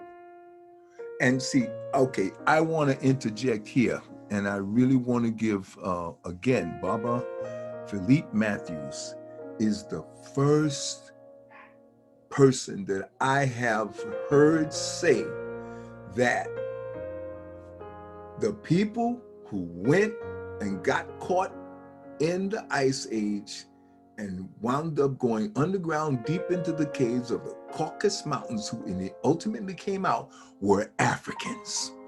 And I have never heard anybody say that other than myself, based on the evidence. Because if you're telling me that there was no such thing as a white person prior to 6,000 years ago, or whatever it was, 100,000 years ago, that when they first came out of the caves, I think they said they came out of the caves back in something like 6 or 7,000 BC, 8,000 BC, but they were in the caves for 100,300 years in the caves. So then that means 100,300 years ago, there were no such thing as white people per se.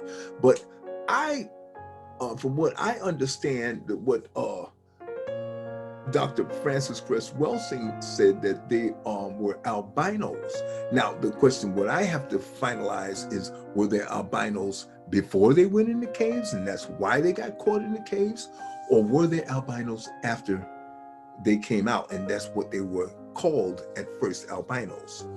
But the point is, this is the first time I've heard anybody say that they were Africans when they got caught in the Ice Age. And that's my point.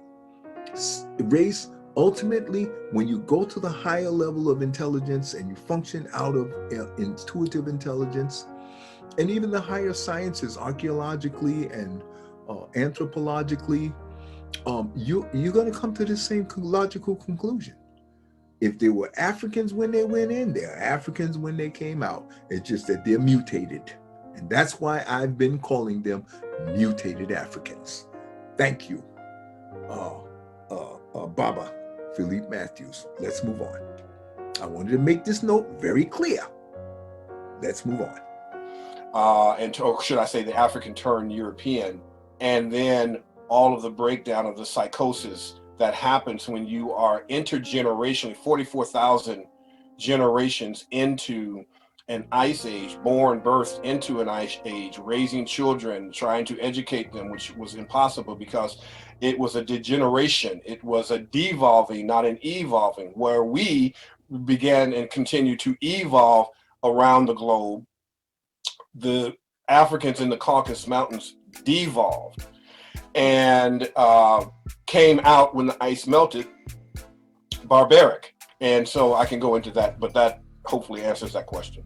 Yeah, no, for sure, definitely. The person who asked it, who is Sandra, has just said thank you for that. So thank you so much. You're welcome. I asked that question a couple of times now and I've bypassed it. So not today, Sandra, not today. Yeah, obviously I know what I'm doing when I come back. I know what last question, before I let you get on, just one more, please. Sure. A question about these laws. It says, Michael says, all of this happened between 1681 to 84, according to... No, 1664 to 1681. Okay, so he says the slave codes were written in Barbados in 1661. Are there then links to what's happening currently worldwide, to what's quietly mandated now in Barbados, and with this people? And I guess this is going a little bit off piece, but are the vaccines a new element to try and re-enslave? I might have opened it down. So let me just do it this way. And I know sometimes it's hard to do a blanket statement because you don't want to do a blanket and put everybody in the same category, what have you. But we need African-centered politicians, presidents on down, to know this history. most of the politicians and the people who set policy don't know this. And so they're acting within the psychopathic behavior that created the problem. Remember, Einstein said you can't solve a problem with the same level of thinking that created the problem. You can't correct whiteness. You can't make it right. You can't be a little less racist. You either is or you isn't.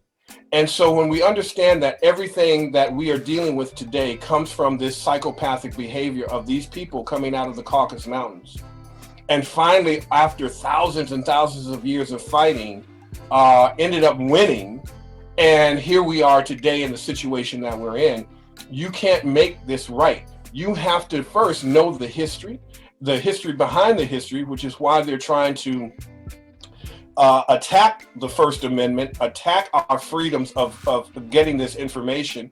Two of the worst things that happened to white people and the European is, one, Frederick Douglass learning how to read, and second, the internet. Those are Okay, and I'm gonna interject here again, and I have said this many, many times in my other videos. Knowledge is power. And the way you're going to gain knowledge is by two ways: verbally or literally.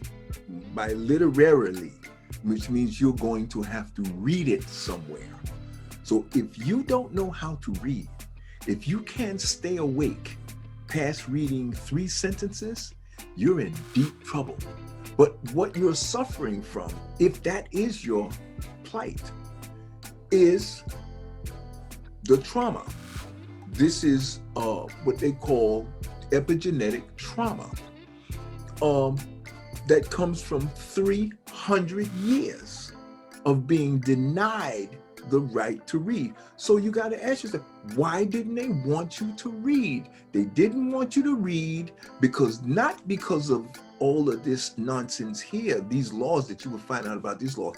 What they didn't want you to find out about is those pyramids in Africa and your prior greatness as a human form, and what you as a microcosmic intuitive intelligence, microcosmic being whose intuitive intelligence was so advanced and so dominant over your form in the past that you were able to build these great monuments, pyramids, the Sphinx, and all of these things that are hundreds of thousands of years old now, because they went in hundreds of thousands of years. And while they were in, you went advanced and you built these things. And they don't want you to read about it because they are in the process of putting out propaganda, misinformation, misdirection. This is what their form is doing. The out of control instinctive intelligence of the human form that is out of control and not being controlled by the intuitive intelligence, okay, of awareness and microcosmic being. They don't want you to realize what you have accomplished as an African who was not mutated by the ice. They're jealous of that, and their job is to disrupt your train of thought because you're so humble, you're so nice, you're so sweet. You just want to give and love and build and do and be positive and constructive and giving and compassionate and nice. They're brutes, they're animals, they run purely by instinct, and instinct is brutal like all the other animals, and it lacks deep intelligence, and what it wants to do is dominate, okay? But back to the main point, that's why they didn't want you to read. They saw the pyramids, they saw what you were capable of if you had the ability to remember through reading and learn through reading. They know they cannot compete with you toe to toe, so they have to do all these things with politically, socially, and all the other economics and other pertinent and important things educationally. They want to make sure they can't compete with you on a level playing field. So I don't care what you say and what kind of laws you pass, they're never going to stop trying to stop you from finding out what you are and who you are. And when you cut that TV off and throw that damn Bible out, is the beginning of your awakening. And once you wake up, there ain't no going back to sleep. And they know that. That's why they want you to get knee deep in their Bible, which is a matrix in a nesting doll of a matrix of confusion and absolute babble and nonsense designed to distract and keep you from ever waking up and finding out that your intuitive intelligence is right there within them, which is the form vehicle.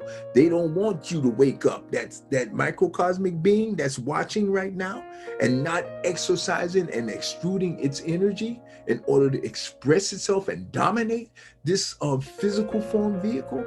They don't want you to wake up and start doing that.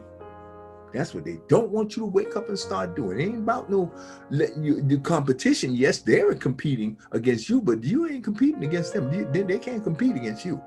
Once you wake up and you start tapping into your power of law of attraction and auto-suggestion and using your imagination to visually create things that will manifest in this world through repetition, repeating, emotion, application of emotion, and to the point where you build your own beliefs, oh, they're terrified of that. That's what they're fighting against, and I want it to be clear. Moving on. Those are the two things that have killed all of this damn whiteness and Europeanism is the information. Is access to information and primary information to find out what happened. How did this occur? What is the first causation of this? So hopefully that answered the question as we move into classifying. Let's repeat that again. Two of the worst things that happened to white people and the European is one, Frederick Douglass learning how to read, and second, the internet. Those are the two things that have killed all of this damn whiteness and Europeanism. Is the information, is access to information and primary information to find out what happened. How did this occur? What is the first causation of this? So hopefully that answered the question as we move into classifying. Now, I'm going to step in here because I had a discussion with a sister and she told me, don't tell people to throw the Bible out and all that other stuff. But these ministers are repeating stuff that they read in the Bible. And she said, oh, it's not literal. You really shouldn't take it literal. Well, it shouldn't be in there. Okay? You shouldn't be in there. All right? So my point is this. When you're dealing with a matrix of lies and convoluted insanity, you ain't got no time to play no games. We ain't gonna play no word salad games and tricks and try to justify cleaning up this madness and insanity and putting lipstick on pig. No, throw the whole Bible out. Throw the whole Bible out, because its job is to misdirect, and more than misdirect you, the job of the Bible is to confound you and keep you in a matrix of confusion that you trying to figure it out. And you trying to say, oh, this is what they meant to say. Hell with that. Nonsense. Throw the whole damn thing out. You're wasting your time. True righteousness and decency will give you straight answers. Pure and simple. Ain't no figuring it out. No. No, sir. And I will forever tell people, throw the whole thing out. Go to jury duty. Let the judge give you the instruction and tell you, what do you do with evidence that you found the person lied once, even once? Forget about twice and how many times they have lied in that Bible. And now you got ministers perpetuating the lies. So the point I'm trying to make is you got to throw the whole thing out, because what we're trying to we got to move on. We don't have time to be bogged down in interpretation and fuzzy information and fuzzy data. With an internet filled with solid information and people who have done solid research, we don't got time to be dealing with no book that was written 4,000 years ago, that they made some crap up and took bits and pieces from this scroll and that scroll and whatever fit their narrative in order so they can perpetuate their con job. We ain't got time for that. Black people are jacked up all over the world. We ain't got no time for this stupid, and white people are even worse, jacked up even worse than black people are in the world, because they actually believe they better than black people. They bought into the whole, they drank all the Kool-Aid, picked up the barrel and drank the rest of the barrel too, because look at all the privileges they get. Can you blame them? Come on. This is what the battle of reparations is going to be all about, is all these privileges that we've been missing out on for 300-400 years. Oh, they got to pay us back for that. This is what they're trying to avoid also. So we ain't got time for them to be bogged down in some stupid Bible. Moving on. Now, when we talk about classifying, in 1892, Homer Plessy bought a first-class railway ticket and boarded. And I know some of you have heard of this, but I want to get deep into this today. And boarded a whites-only car in New Orleans, or as the New Orleanians call it, Nyawlins. That's called Nyawlins. Plessy, who had some minimal amount of Negro blood and was thus colored under Louisiana law, was in violation of the state's Separate Car Act. When the train conductor, in an arranged confrontation, ordered Plessy to vacate the seat and remove himself to the colored accommodations on the train, Plessy refused and was arrested. Plessy challenged the law, and his case eventually reached the U.S. Supreme Court. Plessy versus Ferguson, 1896, is now remembered for having posed the question of whether racial segregation was consistent with the 14th Amendment, which guarantees equal protection for citizens. The court's notorious answer was yes. Separate was constitutional as long as it was equal. Separate but equal. Again, sociopathy, psychopathy, absolutely insane. This goes into Dr. Edwin Nichols' work of dichotomous logic. If anybody wants me to send them that show, there's three episodes that I did with Dr. Nichols, where he goes in deep, particularly this last appearance that he was on with us a few months ago, where he talked about dichotomous logic. We see dichotomous logic in this separate and equal concept. Now, Dr. Umar Johnson says on Vlad TV, he says, ministers said whites were the chosen people. Ministers now, ministers. Blacks cursed to be servants. God supported racial segregation. This is the sickness. You're born into this sickness. Craniologists, eugenicists, phrenologists, and social Darwinists said that every educational level reinforced the belief that blacks were in every way inferior to whites.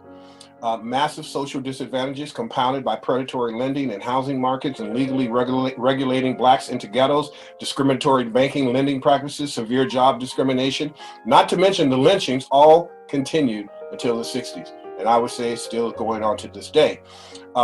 Nancy Eisenberg says the Swedish botanist known as Carl von Linné, better known as Linnaeus, organized all plant and animal life and divided Homo sapiens, the word he coined for humans, into 4 varieties. So a European, we're using the term Homo sapien or Homo sapien sapien. Those are European constructs and terms. The European type, he said, was sanguine, brawny, acute, and inventive. The American Indian he deemed choleric and obstinate, yet free. The Asian was melancholic and greedy, and the African was crafty, indolent, and negligent. So this is where the psychopathy comes from. I'm bringing you this technology to understand that classifying, mixing, and stating, and then we're going to get into the the 4th one. This is what is constantly going. This is what we're fighting against right here, is the race technology, the scientific aspects of racism. So I want you to understand, just listen to the intricate, deep, convoluted, warped, demented, all of the energy that these demented, mutated Africans are dominated by this brutal, dumb, human physical form and instinctive intelligence. Listen to the levels of I mean, you know how many hours and days, and you gotta remember back then they didn't have television, so they weren't distracted.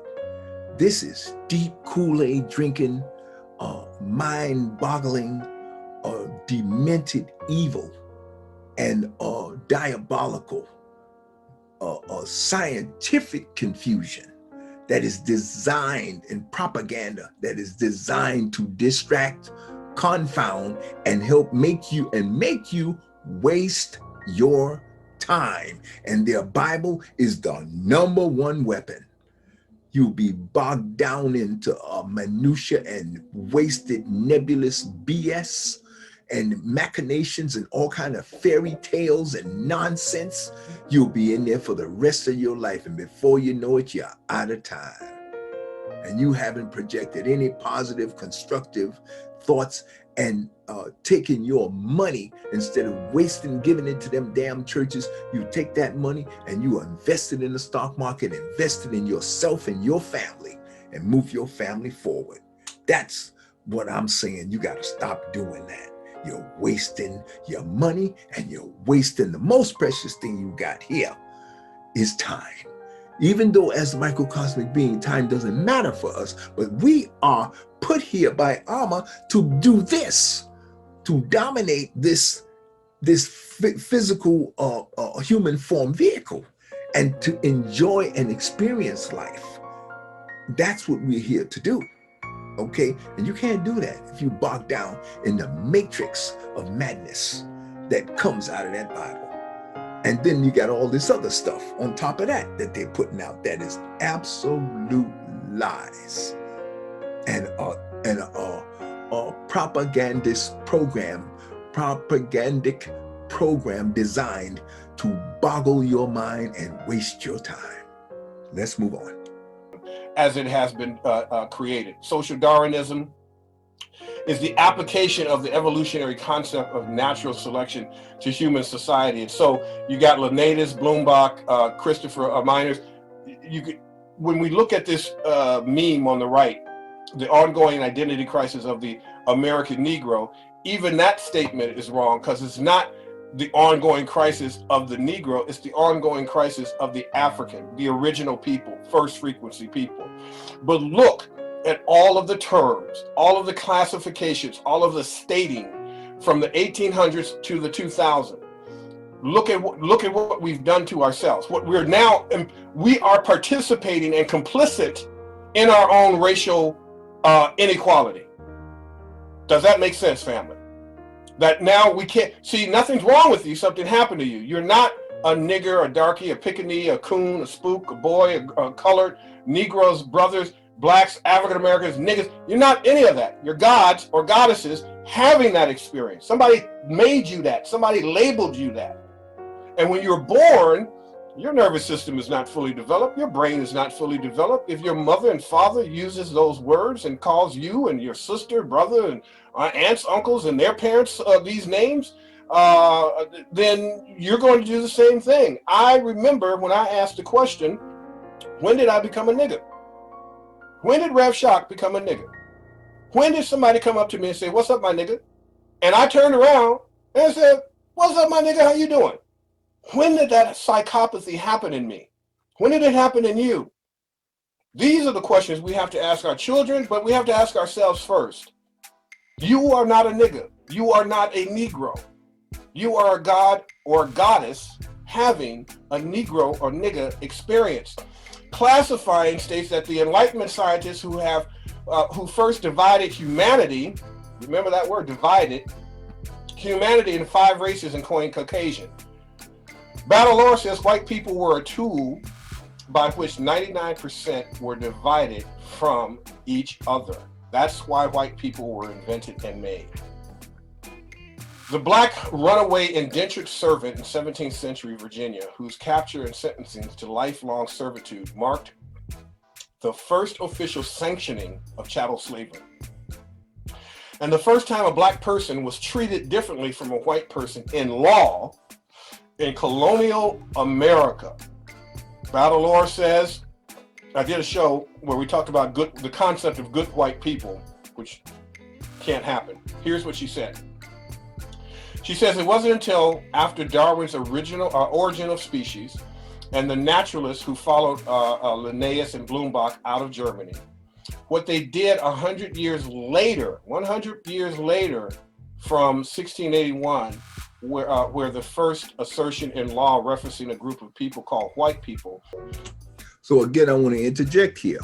What Jacqueline Badalora is trying to say, and Baba Matthews is trying to say here, that the only possible way a person can be a good, quote unquote, white person is if they were a person who's simply saying, I am not white. I am a microcosmic being having a human experience, and I happen to be in this human form that other similar forms like it have created the myth of whiteness. I don't see myself as white. I don't identify as a white form. I identify as a spiritual being. Those are good spiritual people who have taken the proper role of dominating and controlling their human form and its instinctive intelligence. Those would be considered to be good people who happen to be in a white form. Just want to clarify that. Not until 1770s that these naturalists first organized plants and animals began to start organizing humanity using a hierarchy. So what she's talking about here, fam, is you have 100 years of the invention of white people and intergenerational white people being born into this concept of whiteness and ideology. But it took another 100 years to create the concept, the false racial construct of race. So what they were trying to do in the Enlightenment time and the social Darwinism, they were trying to make white and whiteness biological. That's why some of us are still to this day even confused, because white is not biological. But the scientists of the time, 100 years later, in order to keep this lie alive, had to invent false science. She says that, of course, all of these naturalists themselves are people of European descent. She says, I'm sure you and your audience will be absolutely shocked to learn that the people who were at the top, the superior humans, were of course those like them, Europeans. They had various groups who fell beneath them, who were constructed as inferior to the European. So Badalora goes on to say the human taxonomy would not survive scientific muster today, not by a long shot. To start, the evidence Linnaeus and others relied on was not direct observation. They often relied upon the notes of European travelers. Today, anthropologists and other social scientists understand what Linnaeus saw as traits, not to be to be nothing innate at all, but rather external and cultural. So external and cultural, not biological. Also, it should go not go without notice that the group with the most positive traits happens to be the one shared by the scientists who created them. They placed themselves on top above all others. So as we talk about classifying what has been forgotten about the case in popular memory in the Plessy, from the Plessy lawyers, had launched a direct attack upon the very idea of distinct Black and white races, not just as an attack on racial segregation. So here was the argument. The argument was Plessy is of mixed Caucasian and African descent in the proportion of 7/8 Caucasian and 1/8 African blood. The mixture of colored blood is not discernible in him, and he is entitled to every recognition, right, privilege, and immunity secured to citizens of the white race by the Constitution and the laws of the United States. he was really a white man classed as a colored man. Now, when we talk about people who are mixed, look at Meghan Markle. This could have been her. She could have, this is what she's going through right now because she has that drop of blood, that drop of black blood in her, but she is trying to live in a completely European white life. And this is what Plessy was. Plessy denied his blackness and wanted the white privilege.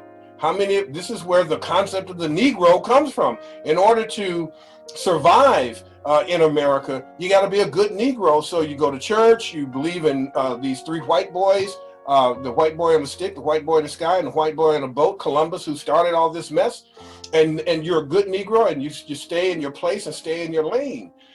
Because white is supposed to be right, and it's not. But this is what we're dealing with. So I'm putting all of this, I'm bombarding you with this so you can understand what has happened to us, but how it relates to what's happening to us right now. Plessy's lawyers meant to challenge what is commonly known as the one-drop rule. The one-drop rule, as a race-mixing technique, has the effect of producing discrete, mutually exclusive black and white races in the social and legal imaginaries. As Plessy learned, the race line is literally a line, clear, indelible, and permanent. If slavery and freedom were to be mutually exclusive legal statutes, and if slavery was to be justified by race, something needed to be done, if not practically, then at least conceptually, about miscegenation and racial hybridity. In defense of slavery, the one-drop rule became customary by the 1850s. A person who was obviously of even some Negro descent riding in a whites-only car would threaten the entire arbitrary system of racial privilege and exclusion. The one-drop rule also helped to guarantee to whites that they could in no way come to be classified as blacks, and that was happening to blacks could never have, and what was happening to blacks could never happen to them, because the classificatory boundary was was crystal clear to everyone. Now, when you look at a psychopathic behavior, we have to understand, family, look at how this is backfiring on them. See, everything that they've done is wrong, and now, as Malcolm would say, chickens have come home to roost. So all of this fighting that we're dealing with is from a lie. It's from what we call in metaphysics a falsehood. You can't make a lie right. You can't make white right. So as a result, even back then, they're going up against their own rules and laws and trying to ratify them and modify them and make the white right, but it's always been wrong. And this is why it's coming to a head. The one-drop rule, in other words, was critical in securing the participation of all whites in white supremacy. Right? We could end the show with that. While white privilege derived from naturalization law goes beyond common law, common everyday assumptions about who is presumed to be American, it also has shaped how people are commonly referenced. Americans with descendants from Asia, for example, are referred to as Asian Americans. From Africa, African Americans. From the Americas, Native Americans, or Hispanic Americans, or Latinx, while those with descendants from Europe are simply called American. So all other people, ethnicities living in this country are pseudo-American, contingent American. You're African American, Asian American, Latinx American, Mexican American, so on and so forth. But to be American is to be white, is to, in their minds, to be supreme. And we know that is to be psychopathic, sociopathic, and you cannot negotiate with a psychopath. The last of the technologies. Here's where, do you have a question, comment from me, Lady Adele or Jarita? Yeah, I do, sir. I do. Thank you so much. I was just about. I helped you out this time, didn't I? Okay, I just want to. Yes, I do. I know you've given us lots of definitions just there about what you know, this one drop rule and how that kind of works, but lots of questions here about wanting sort of a real definitive answer.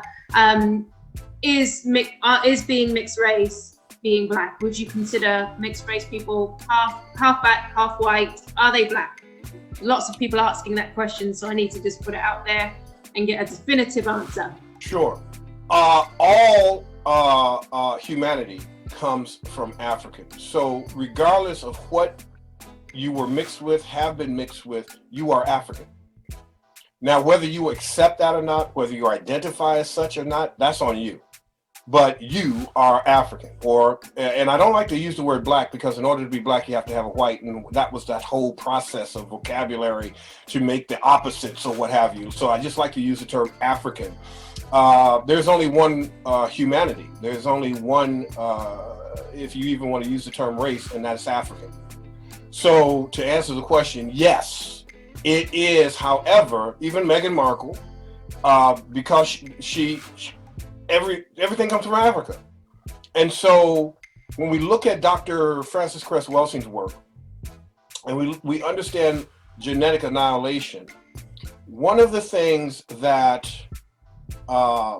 they attempted to do, I forgot, I think the movie is called The Rabbit Test or something like that, where they try to breed, how many generations would it take to breed Africans or melanin out of black people or African people. I think it was John G. James that said it was 16 generations. So they literally did this test where they tried to homogenize, and now think about this. Europeans are the minority on the planet, always has been. And so in order for them to survive, now they're using mixing as a weapon. Let's impregnate as many black women as we possibly can around the world, so that our original false race of whiteness and Europeanness can survive. So I don't know if that answered your question, but to understand what is happening right now, to bring it from the past up to now, mixing all of these technologies now is weapons used against us, not for us. But if we don't know that, and God forbid we have been told that something's wrong with us because we are mixed, nothing's wrong with you. What happened to you is what I am presenting to you in this science and in this process, but you have to work that out within yourself.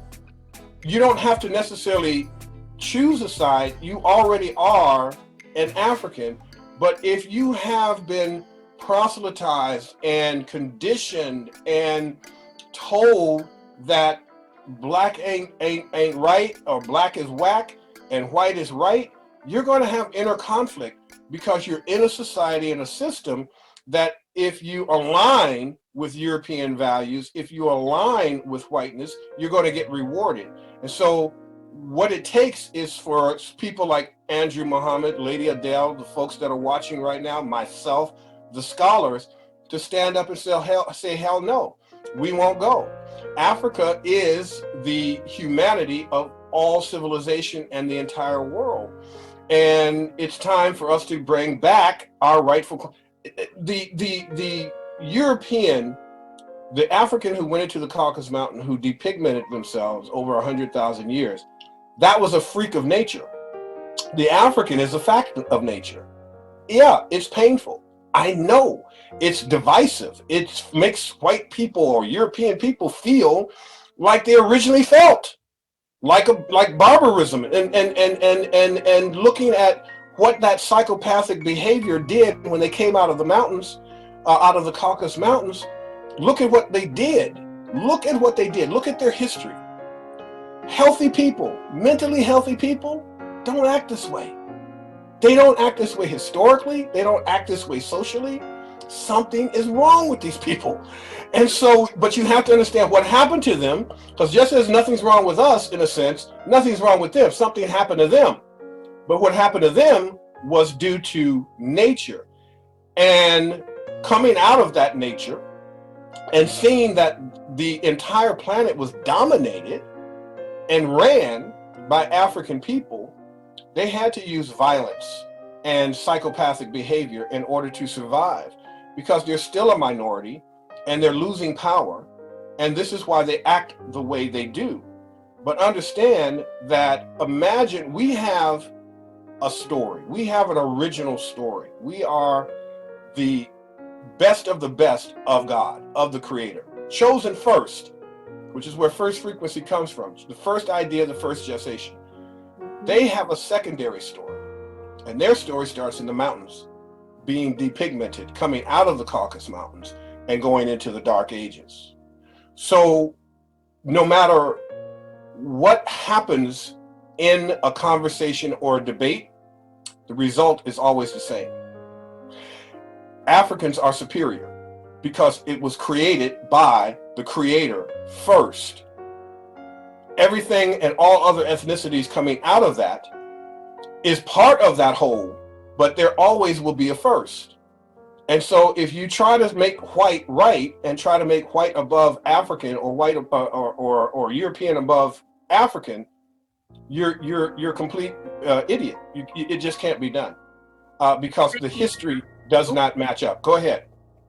One last question before I let you to get on. There's a few questions now that have come up and said, in which case, looking at the terminology then, obviously you've said that a little bit about being black and being African and being white, and obviously all of that kind of being made up, I guess. So the questions now are, what should we be calling white people?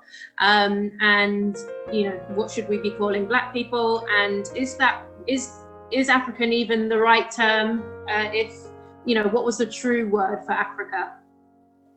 So that's the question. There is a word, I can't remember the name, the original word, but just as the Dogon referred to God as Amma, Medu Neter is our original language. It is the language from which all languages linguistically have been created. The more we go back, this is Sankofa, the more we go back to come forward to learn our original language, to learn the original meaning of Kemet, of the Twa and Buti people, the better off we are in terms of restoring our wholeness and to being able to radiate that first frequency. So I struggle with the concept of using the term black and white as well, but it's not black and white, it's European and African. But then that's the name of the continent that you're from, which was originally how we referred to one another, because there was no such thing as black or white people. It didn't exist. And so that's one of the things that we have to consciously do. There's a concept I'll bring to you and probably in the next few months ahead in talking about what's known as the ABC cycle, affect, behavior, cognition. And what happens, affect is a thought. When that thought is not challenged, it moves into a behavior. And when the behavior is not challenged, it moves into cognition, which is being repetitive. And so we have to catch that ABC cycle. We have to stop when we say black and say African. When we say white, European. We have to mentally catch ourselves and correct ourselves from the false indoctrination of software from the media and from the academic system that we're in. Is it okay if I move forward now? Yes, sir. Yes, sir. Thank you so much. You're so welcome. All right, number 4, spacing. Racial segregation in the United States was and is all about clearly marking off white space from black space. There's the black and white thing again, right? Jim Crow involved segregation of all aspects of daily life, segregation of railways, which was challenged by Homer Plessy. Jim Crow laws in the South prohibited black and white workers from fraternizing on the job, separated the races in hospitals and mental institutions, and segregated inmates in prisons. Separate park laws also appeared, and circuses, tent shows, sideshows, theaters, picture houses, and other amateur sports teams were increasingly required to separate the races. Segregation was even went so far as Jim Crow Bibles or Negro witnesses in Atlanta courts and Jim Crow elevators for Negro passengers in Atlanta buildings. Okay, we're going to go ahead and take a break on this. I'm gonna end this segment of this series, and this will wind up being movie number of, this is gonna be part 2 of the Bantu Morpheus, Philippe Matthews' comparative critique of his phenomenal workshop or lecture on, and he breaks it up into 4 first, second, third, and fourth frequency people. And again, this is March 29th, and we will pick it up on the next section. Welcome again to another workshop of Bantu Morpheus. Okay, I'm going to wrap this one up at this point, and we're going to take a break. Okay?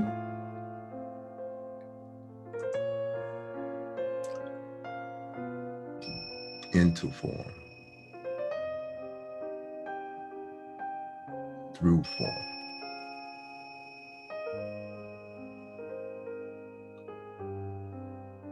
Back into form.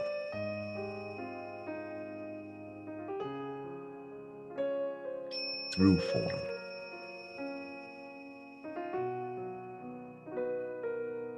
Out and back into form immediately. Through form.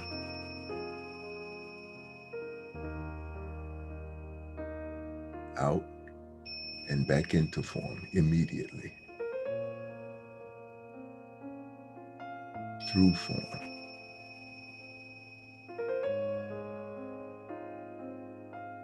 Out and back into the next form.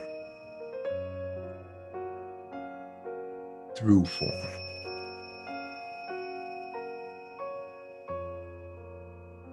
Out and back into the next form.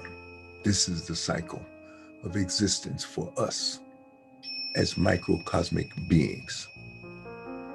Never ending, infinitely, never dying, simply jumping from one form to the next form, infinitely and forever. The form will expire. We will immediately jump into the new form in a nanosecond, because we are eternal beings, just like Amma, never ending, infinite and unlimited power, trying to express ourselves through these human forms. So we'll go out and back into the next form, go live through this form, come to a peak at the top, and then age out. The form will age out. Our microcosmic spirit will leave that form and jump back into the next form. Live through that form. Wear that form out. Leave that form and animate the next form. This is the cycle of existence for us, the microcosmic beings, the microcosmic expressions of the totality, the macrocosmic being we call Amma. Endlessly and forever.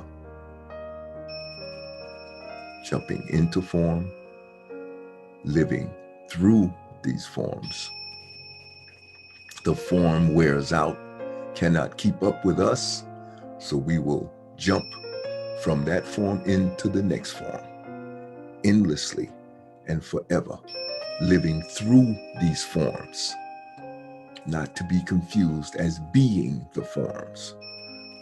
We simply jump from one form to the next form, live through that form. As the form ages out, we will simply transform into the next form, endlessly and forever. This is the cycle of our existence.